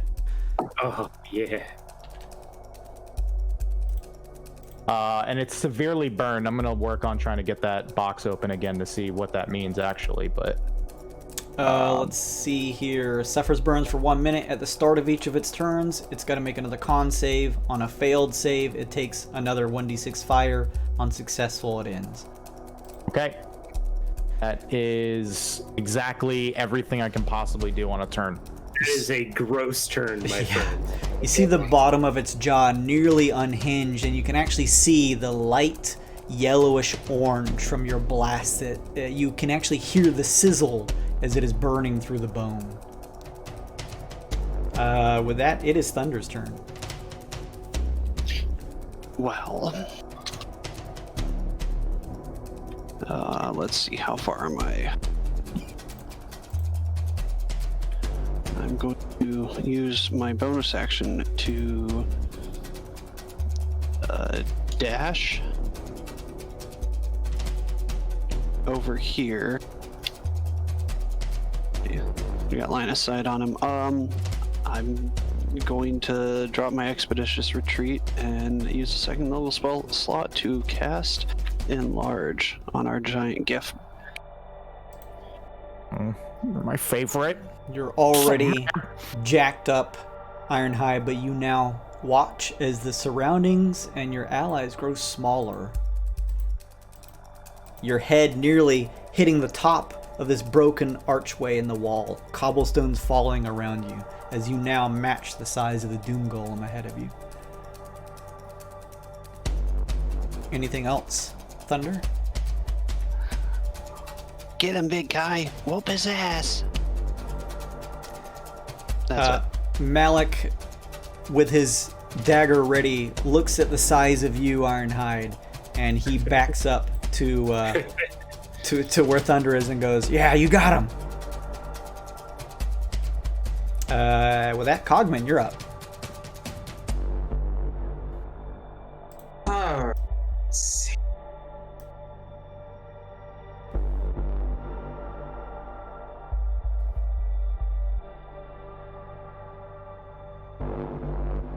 Can I squeeze in past Ironhide here?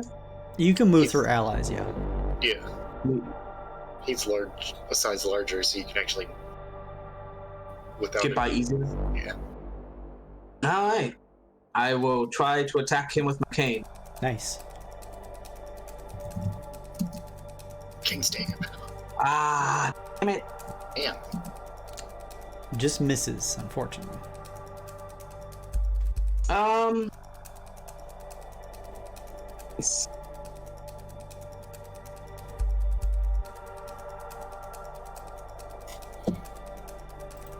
Why not? I'm gonna accent surge and try to attack it again. All right. You hear some whirs ticking throughout your body, reinvigorated. You quickly jab with your cane again. Damn. Hey! Don't you have precision strike? I know because I've played your character a lot. Don't you have precision? No, you have fainting attack. Yeah. Oh, No. dang it! That's different. Wow. You're 15, like, again, you stab it, but you're not able to hit a vital spot on it. It just kind of scratches across the bone. Well, I'm gonna just use my bonus action to cunning action and disengage. All right. Throws a claw your way, but you, like, quickly just tumble out of the way. And that'll be it. All right. Bolt. I point at it and say, "Somebody please kill this fucking thing." The next attack gets disadvantage. I scoot over here and I'm gonna cast the second level Cure Wounds. I'm gonna roll the second D8 here. Yeah, for a total of 11 HP. Thank you. Thank you. Keep still now. All right. And that is it. All right. Emma, you watch as the bite marks begin to heal up a little bit from the magic. Ill, you're up. Okay. I move 5, 10, 15. And I look over the wall of the roof and say, I'm about to make things a little bit harder for you and I, but I think we're putting all of our chips on the hippo, so trust me on this. And having seen what happens when I shoot him with my magic bullets, first thing I'm going to do is I'm going to take a grenade, and I'm going to do one of those long rolls on a cobblestone floor. So it appears underneath the thing because it doesn't target it. Nice. I'm gonna toss a little old grease grenade underneath them. So it makes it takes up his entire space. And when it appears, each creature must make a DC 15 Dex save. All right. Grease. Fails. He falls prone. It's like the quiet action scene as the creature shifts its bony head. You hear bone shifting as this little grenade kind of rolls into the room underneath it. A spattering of grease explodes out from under it, and it tries to hold its footing, Ironhide, but you just watch as it just kind of slaps over, falling prone. And I'm gonna shoot it. It's prone, which means I have disadvantage, but because both gave me advantage, it cancels out. I'm gonna shoot it with my executive, which is a gun, not a spell. Gotcha. Good idea. A spell gun. Whew. That's woo! Lordy have mercy. That's a 22 to hit, 15 force damage, and he is pushed 5 feet away. That's a lot of damage. He goes this much as a powerful shot echoes through this room, and you just watch as the creature just kind of slides, smacking up against the wall next to it. So important to note, he does go next, so he's probably going to stand up. But anything that ends or enters this goo also has to make the check again. Gotcha. Okay. And Ill's going to move 5, 10, 15 back to where he was. He's done. Ruth peers in and looks back at you. Not bad. Yeah, well, kind of sucks for us, but hopefully they can finish the job. Let's see here. The creature is gonna spin. Hang on. I want to drop my inspiration card and immediately jump in. Oh, shit! Amazing. Oh my god. Wombo combo. Now you have advantage. You don't even have to use reckless attacks, baby. I'm so mad. All right. 2 normal attacks. At advantage because it's prone, right? Mm-hmm. Yep. It is trying to stand up, and you feel a surge rush through you as you bring down your weapon. Oh shit, that worked even better than I thought it would. Oh, AC missed the first one. Yeah, even with reckless, unfortunately. Actually, wait. Mm-hmm. Good boy card add 1d6 to make a skill or attack roll. You don't even have to roll. Even with a +1, it's gonna hit the AC. Nick is a good boy. All right, so 13, and then I get a d4 For big boy. big boy, so that's 16. This is tasty. Plus the 2d6 from the oil. Oh! 24. You strike across it heartily. You watch as a multitude of bones just clack and smack from its body and are strewn across the cobblestone behind it. Do it again. Hit it again. Do it again. Oh my god. 24 versus AC. That hits. Okay.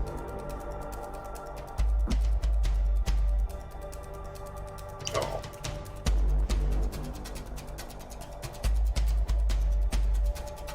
What's the overall damage?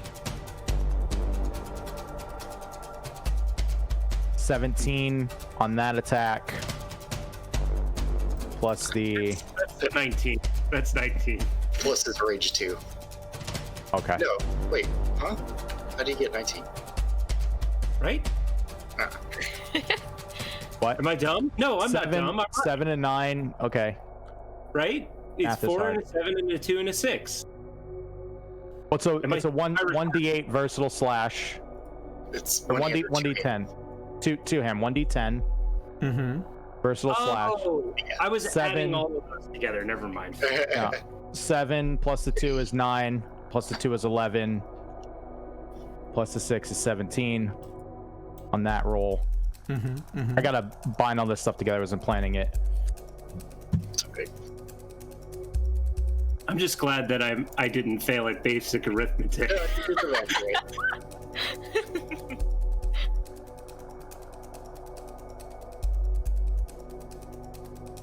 Boom. That's a big lot of numbers. All right. Looking at 41 magical slashing that turn, plus the burn when it's its turn. If it doesn't do the con save.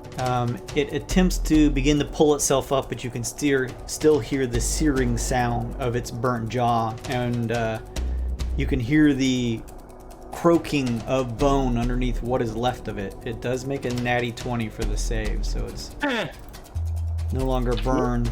Uses its movement to stand up. And it is going to...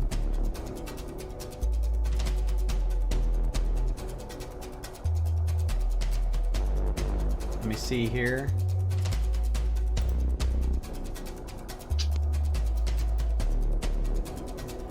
Let me just see if I have Delete character button. No. Trying to see if I have something. Oh, that's what I wanted. Hang on. The orbital laser for ill. You guys hear something? Reflects back, blows up the satellite. Fuck, it was just here. Damn it. You fucked up. I know. Hang on. It's Fucked up. searching my purchases. Searching my purchases. Down. Bow wow. Yeah, it's gonna lean back and spray out a cone of Arctic wind. Hey, we ate peppers though. Be careful, we ate peppers. Did Cogman or Hippo Boy eat the peppers? Yeah. You all did. We all ate Everyone did? Debbie's. Okay. Then you guys will technically, let me see, yes, get advantage on this. The striking wind hits you both. It is colder than any of the natural winds you felt. Please make me a Constitution saving throw. At advantage, because you guys ate peppers. That's right, break that wind. Spicy. Jesus. 22 for Ironhide. Oh my god, Oh, thank 226. goodness. Thank goodness. Murder? Just dust off his shoulder. So mad. All right. Both of you guys save and dodge most of the effects of this cold. Cogman, you only take 14 points of cold damage. Ironhide, you only take 20 points of cold damage. As the shards of ice and wind just blow through this opening here. Thunder, you watch as it almost just looks like a blast of cold Arctic wind just exploded through the open area here where the two are standing. Snowblind. Let me see. That is its action.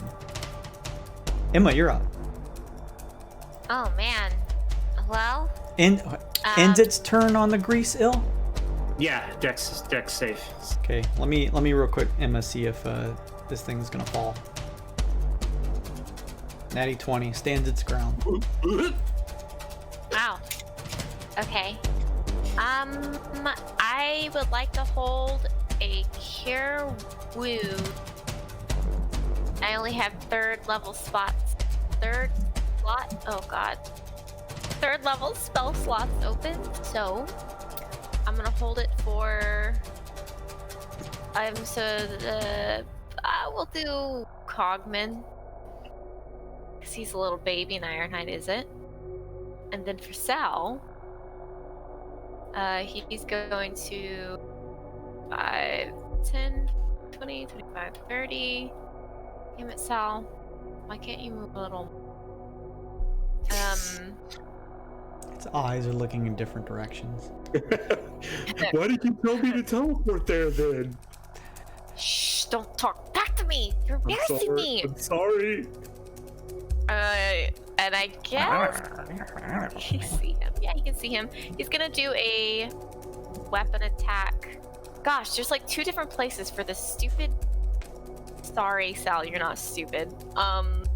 Okay. It's a ranged weapon attack. So it's Is it magical? it's coming from Sal, so it just says ranged. What? Yeah, it'd be an ability, wouldn't it? Yeah, it sounds more natural than magic. Okay, then no. 21 hits. All right, he's gonna take 3 fire damage. Hey, free damage is free. He's true. done. You watch as Sal's eyes fling in different directions. It seems to be flicking its tongue out of the sides. It spits a lick of flame over, catching in between the 2 up ahead and catching the golem on fire some. Yes! All right, thanks, Sal. All right. Roof is going to pop in and has 2 more shots loaded and is going to fire away with both of them. The first one's going to miss. Second one is going to hit. She strikes it for 6 points. Piercing damage. Good hustle. Sal is a salamander, not a chameleon, Jason. What? Did I say Salad? chameleon? You gave him chameleon eyes. I mean, you told me at the beginning we were deciding whether he was going to be like real lazy and mellow or if he was going to be crazy. So ever since then, I just picture his eyes just... I picture that crazy gremlin from Gremlins 2, like his eyes just won't stop spinning in circles. Okay. They blink slightly off. Yeah, that's exactly how I picture him. Yeah. Okay. All right, that was Roof's turn. Thunder, you're up. I learned it from watching you, Dad. I follow Pop's order and point at the monster and use the help action for my action this turn and say, "Kick its ass! Smash that thing!" You have. Yes. So that's a class ability that lets me do that from range. Do I have to be within range of it to use it then? I don't know how you do that with an attack, if I'm on it. I think you have to be adjacent for a melee attack. I think you have to be adjacent to the monster to provide an ally with an help action. Unless you're bold. Within 5 feet of you, so I'll move over to Ironhide and Cogman. Let me see here real quick. Just want to make sure I have this right.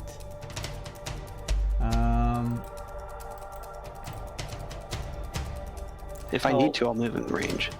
Lend your aid to another creature in the completion of a task. Alternatively, you can aid a friendly creature in attacking a creature within 5 feet of you. So it's like you're next to it and you like feint to distract it or something like that. So you have to be next to the monster itself.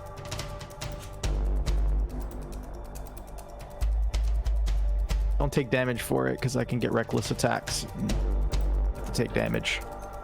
Then I'll Just hit it with a spell, a ranged spell attack.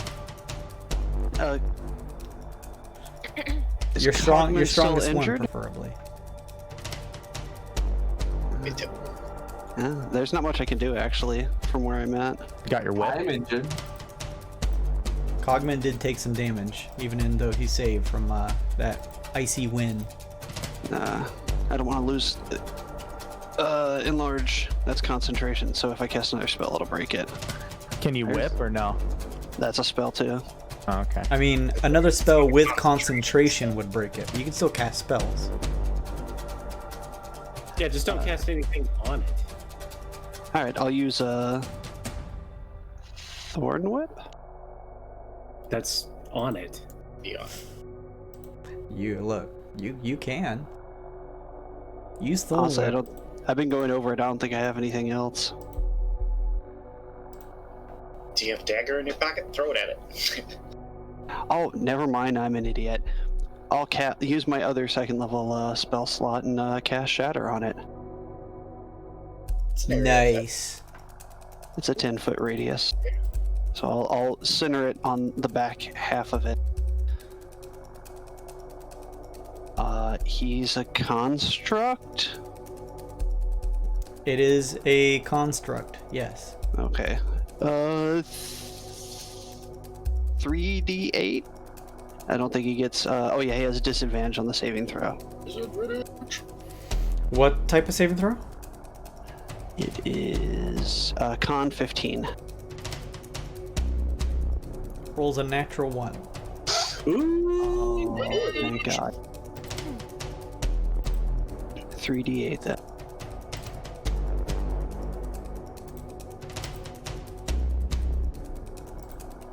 Oh boy. 9 damage. Pieces of bone just splinter out from it as it now seems to be barely standing. Anything else, Thunder? That's it. Malik kind of sees if there's any room between the two of you up ahead, Cogman and Ironhide, and doesn't see any way for him to fit in. So he literally just does that thing where he like throws the dagger up and grabs it with 2 fingers by the tip, and then just with a precision strike tosses it towards the face of the creature. Finish it off. Show off. It stabs in one of the glowing eye holes of the creature, and you watch as, with one last gasp, and both of you, Cogman and Ironhide, in the back of your minds hear one last screech before it topples into bone around you. Nice. You did it!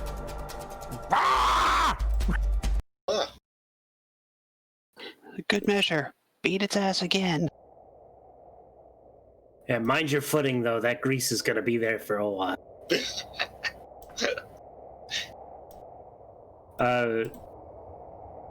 Ill is going to fire indiscriminately at these bones just to make sure that they're not going to stand up. There's the loud, ringing earshot of a couple blasts from Ill's weaponry, and bones clatter and scatter across the floor. Bang, bang, bang! Bang, bang, bang, bang, bang! Bang! Bang! Clear! Emma is gonna take Sal and surf with him across the grease. Nice. It explodes. No. Just kidding. Wow.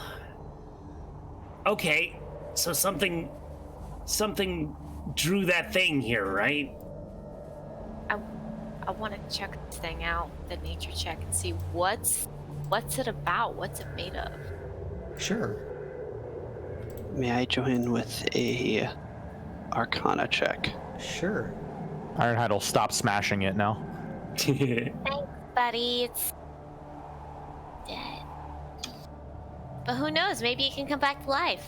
Wow, Thunder. Emma, It's magic rocks. with your nature check, you do notice that they're tucked into a couple spots between sort of a mixture of largely bone, but also some leather to hold some spots together. Tufts of what almost look like brown dirt and maybe a little bit of like green leaves. And then in a couple spots towards the head, purple lotus leaves popping out from underneath. Thunder, with your Arcana check, you get this sense that between the book that Cogman discovered on the floor that Bolt has and what looks like here, it looks as though whatever was happening here, the magics or occult rituals that were going on, was used to create this thing. Oh no. Does this guy match the description of the wizard we're looking for? He does. Well, wrap him up, put him on the cart. Where's the cart? Oh, they ran away. They ran for their lives. They're gone. Oh, shit. That cart cost me money. Maybe there's some kind of rhino call they can do. Hey, you were good friends with him, right, big guy? Yeah, I can talk to Krynos. Can you call them? Can you call for them and see if they're around? Yeah, just give me 10-minute ritual. I can do that. I can calm down enough, stop raging, and then ritual speak with animals. While he does that, I'm gonna ritual detect magic and just do a once-over in the interior here and a once-over in this little empty shack up in the north to see if I sense any magic nearby. Okay, you do sense magic leaving whatever this Doom Golem was. It seems to be shifting away. The other magic, the only thing that really rings out to you from your senses of doing the detect magic seems to be coming from some of the magic items you guys pilfered from previously. Fair enough. I'd take umbrage with the word pilfered. I would say found on a rightful time. Sure. Okay. Sure. Acquired is what I prefer. Rightfully acquired. Rightfully. Losers weepers and that. How big does Ironhide stay big for? I think it's only a minute. Let me double check.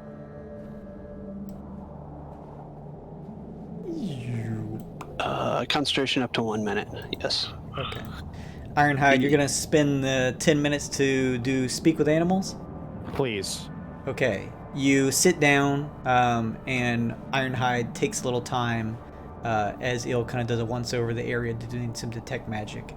10 minutes pass by, and you feel this sense pervading inside of you, Ironhide, that you could speak to the creatures of nature around you.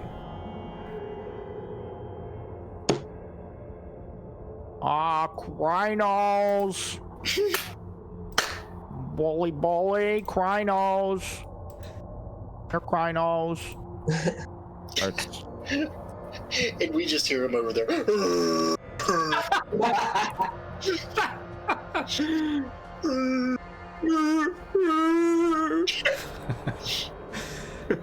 You can see tracks from here, Ironhide. Large rhino footprints. It seems like they were hightailing it, and it seems as though the tracks lead into the tree line of Deadfrost Forest. And now that 10 minutes have passed, you have no idea how far they are. Oh, that's not good. They're dead, you know. I want that cart back. Listen, I think we should go after him. Follow the tracks. See, where I do agree with you that we should go after them, I don't believe we'll find another place to rest along the path. And I do believe we all need a rest here. There could be skeleton food by the time we wake up tomorrow. Did you say they could? Yeah, the Krynos. Well, that's true. Oh, Ruth. They could. Go ahead. Go ahead, babe. We can still get the cart back. I mean, if they are.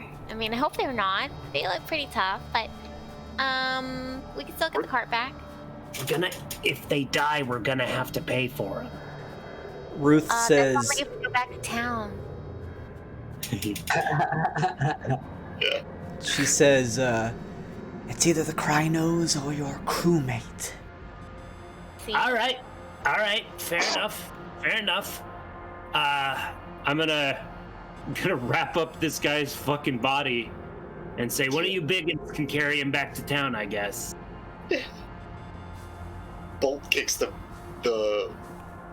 death golem and says, I think they'll forgive us a couple of Kryno. You know what we should do just to be careful? We should take his remains and dig a hole and put them in different holes just so he doesn't resummon. Yeah, I'm gonna get on that. All right, thanks. That was a good idea. All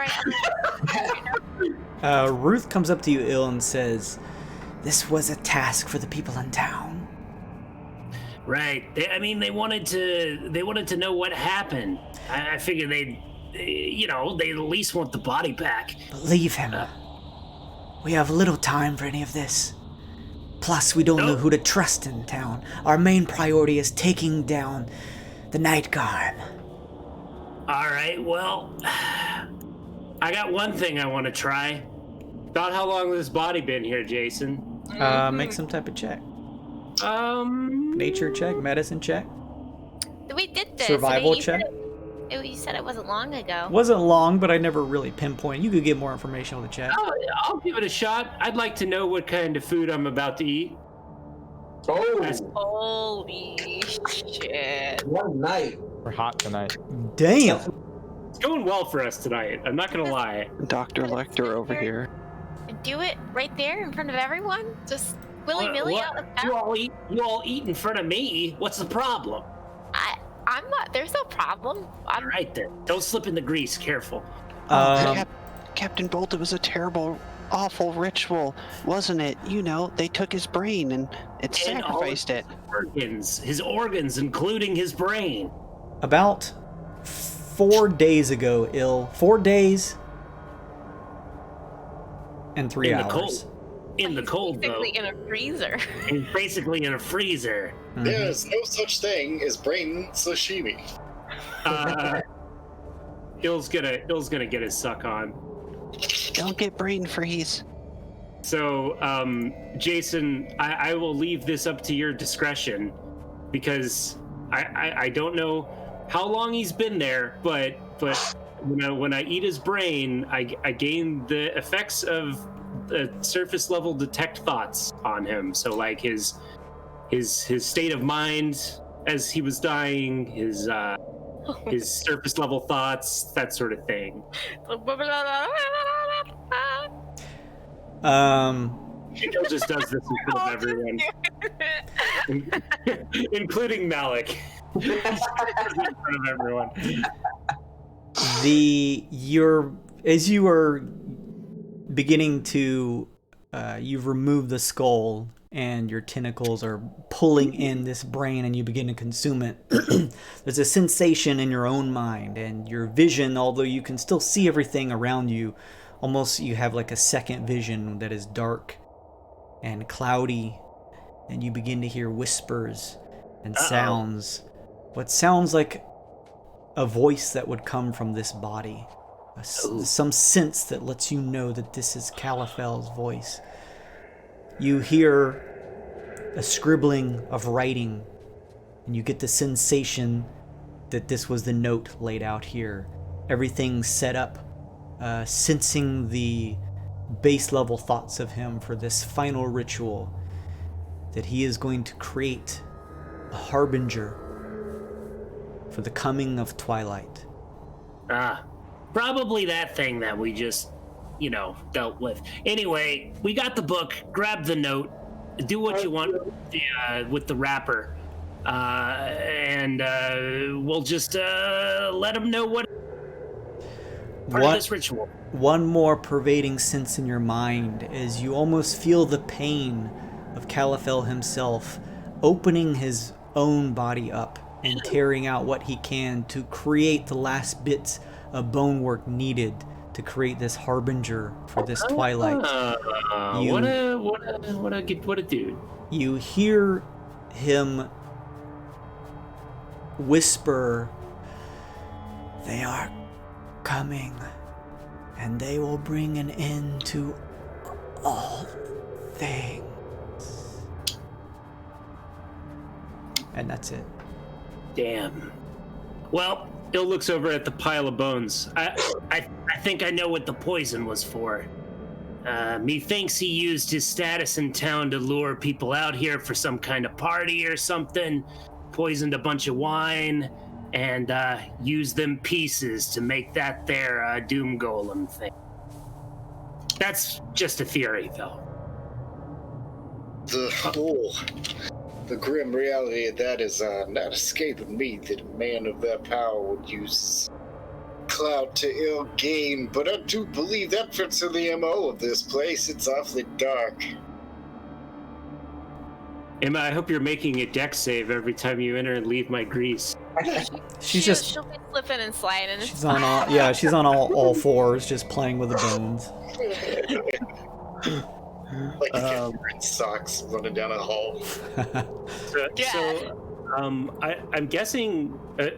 So Ill's like, yeah, let's grab the notes. So who has the book should also grab the notes too. I got the book. All right. Cogman wrapped up that note. Yeah, he has it. Yeah. Okay. And then Note these notes as something specific. It's the book that Cogman previously perused through, where you just see it's almost like a medical book. There's less text and more just diagrams on how to remove various things if you're out in the wild. Like if you're, if you're you get a I don't know. I'm asking the notes. Do you want me to have a specific name for them so you can remember when we bring them up later? Or you could just say like Kaliphel's notes, and here I'm gonna post what was exactly written on them up here. Hang on.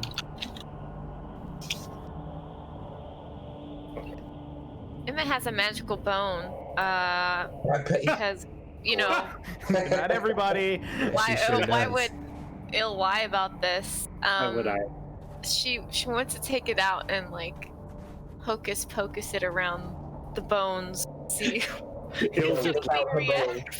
Ill's just chuckling to himself as he's watching this. Emma, what in the hell are you doing? No, I just checking if they're related. That's all. Oh, okay. He doesn't understand. He doesn't question anymore. She'll continue to just like hocus pocus, like see if it reacts to any of the bones. Yeah, don't worry about it. I'm sure you'll get it eventually.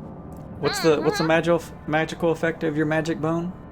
It doesn't. Ill lied to her and said it was a magical bone. It's just a normal bone. Emma, you wait. It moves the air particles out of one place into another every time it moves. Yeah, you like wishbone kind of shift your half grease covered bone towards the stack of bones here that made up this golem, just waiting for the sensation of magic vibrancy to run through it, but nothing happens. Man, I'm not picking any energy. It must not be connected, not to this thing. Yeah, it must be connected to a different arcane ley line somewhere else. So keep trying. Emma, can you still turn into an animal today? Oh, yes.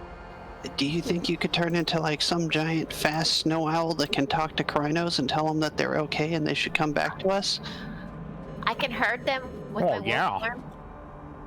I can't talk in owl form or wolf form, but I can herd them. Maybe. Yes. Okay. That'd be a mission you'd have to take on your own. I was sure we want to split up right now. Not really. That's true. I think we gotta let fate decide on them Krynos. They're Krynos. They're either... Look, it's a 50-50 chance in whatever happens is a circle of life, okay? Technically, it might be a 25% chance, because... Don't listen about that circle of life. Math dictates that. Listen, you want some grease? Want some guts? I don't know math. It doesn't matter. It's circle of life. Ill starts setting up campfire in this abandoned little tower. The cleanest, there's not too much refuse here. The cobblestone is uneven, but nothing that really takes up this space of this ruined area here, and you can set up Ill. Everybody find a place to stay. You know what'd be funny if you mix the guts up with the snow, like a snowball? This is like random, like you're throwing snowballs and then it's like the short stick, but instead of the short stick, it's like the gut snowball. Like that's a funny game. I'm gonna keep that now. Just sticks his head around the door and just looks at him. Hi. Can't say anything. There we go. That's the one. Oh, nice. Little campfire spell. Yeah, it's pyrokinesis. I learned it from Emma. I say quieter. Like, Kevin! That's a short rest. That's terrible. You create a bonfire over here, Ill. It'll only last until I go to sleep. How is everyone setting up for the night? I'll sleep in the doorway. Be close, close to the toasty fire. I'm gonna make me a toasty halfling sandwich with just me.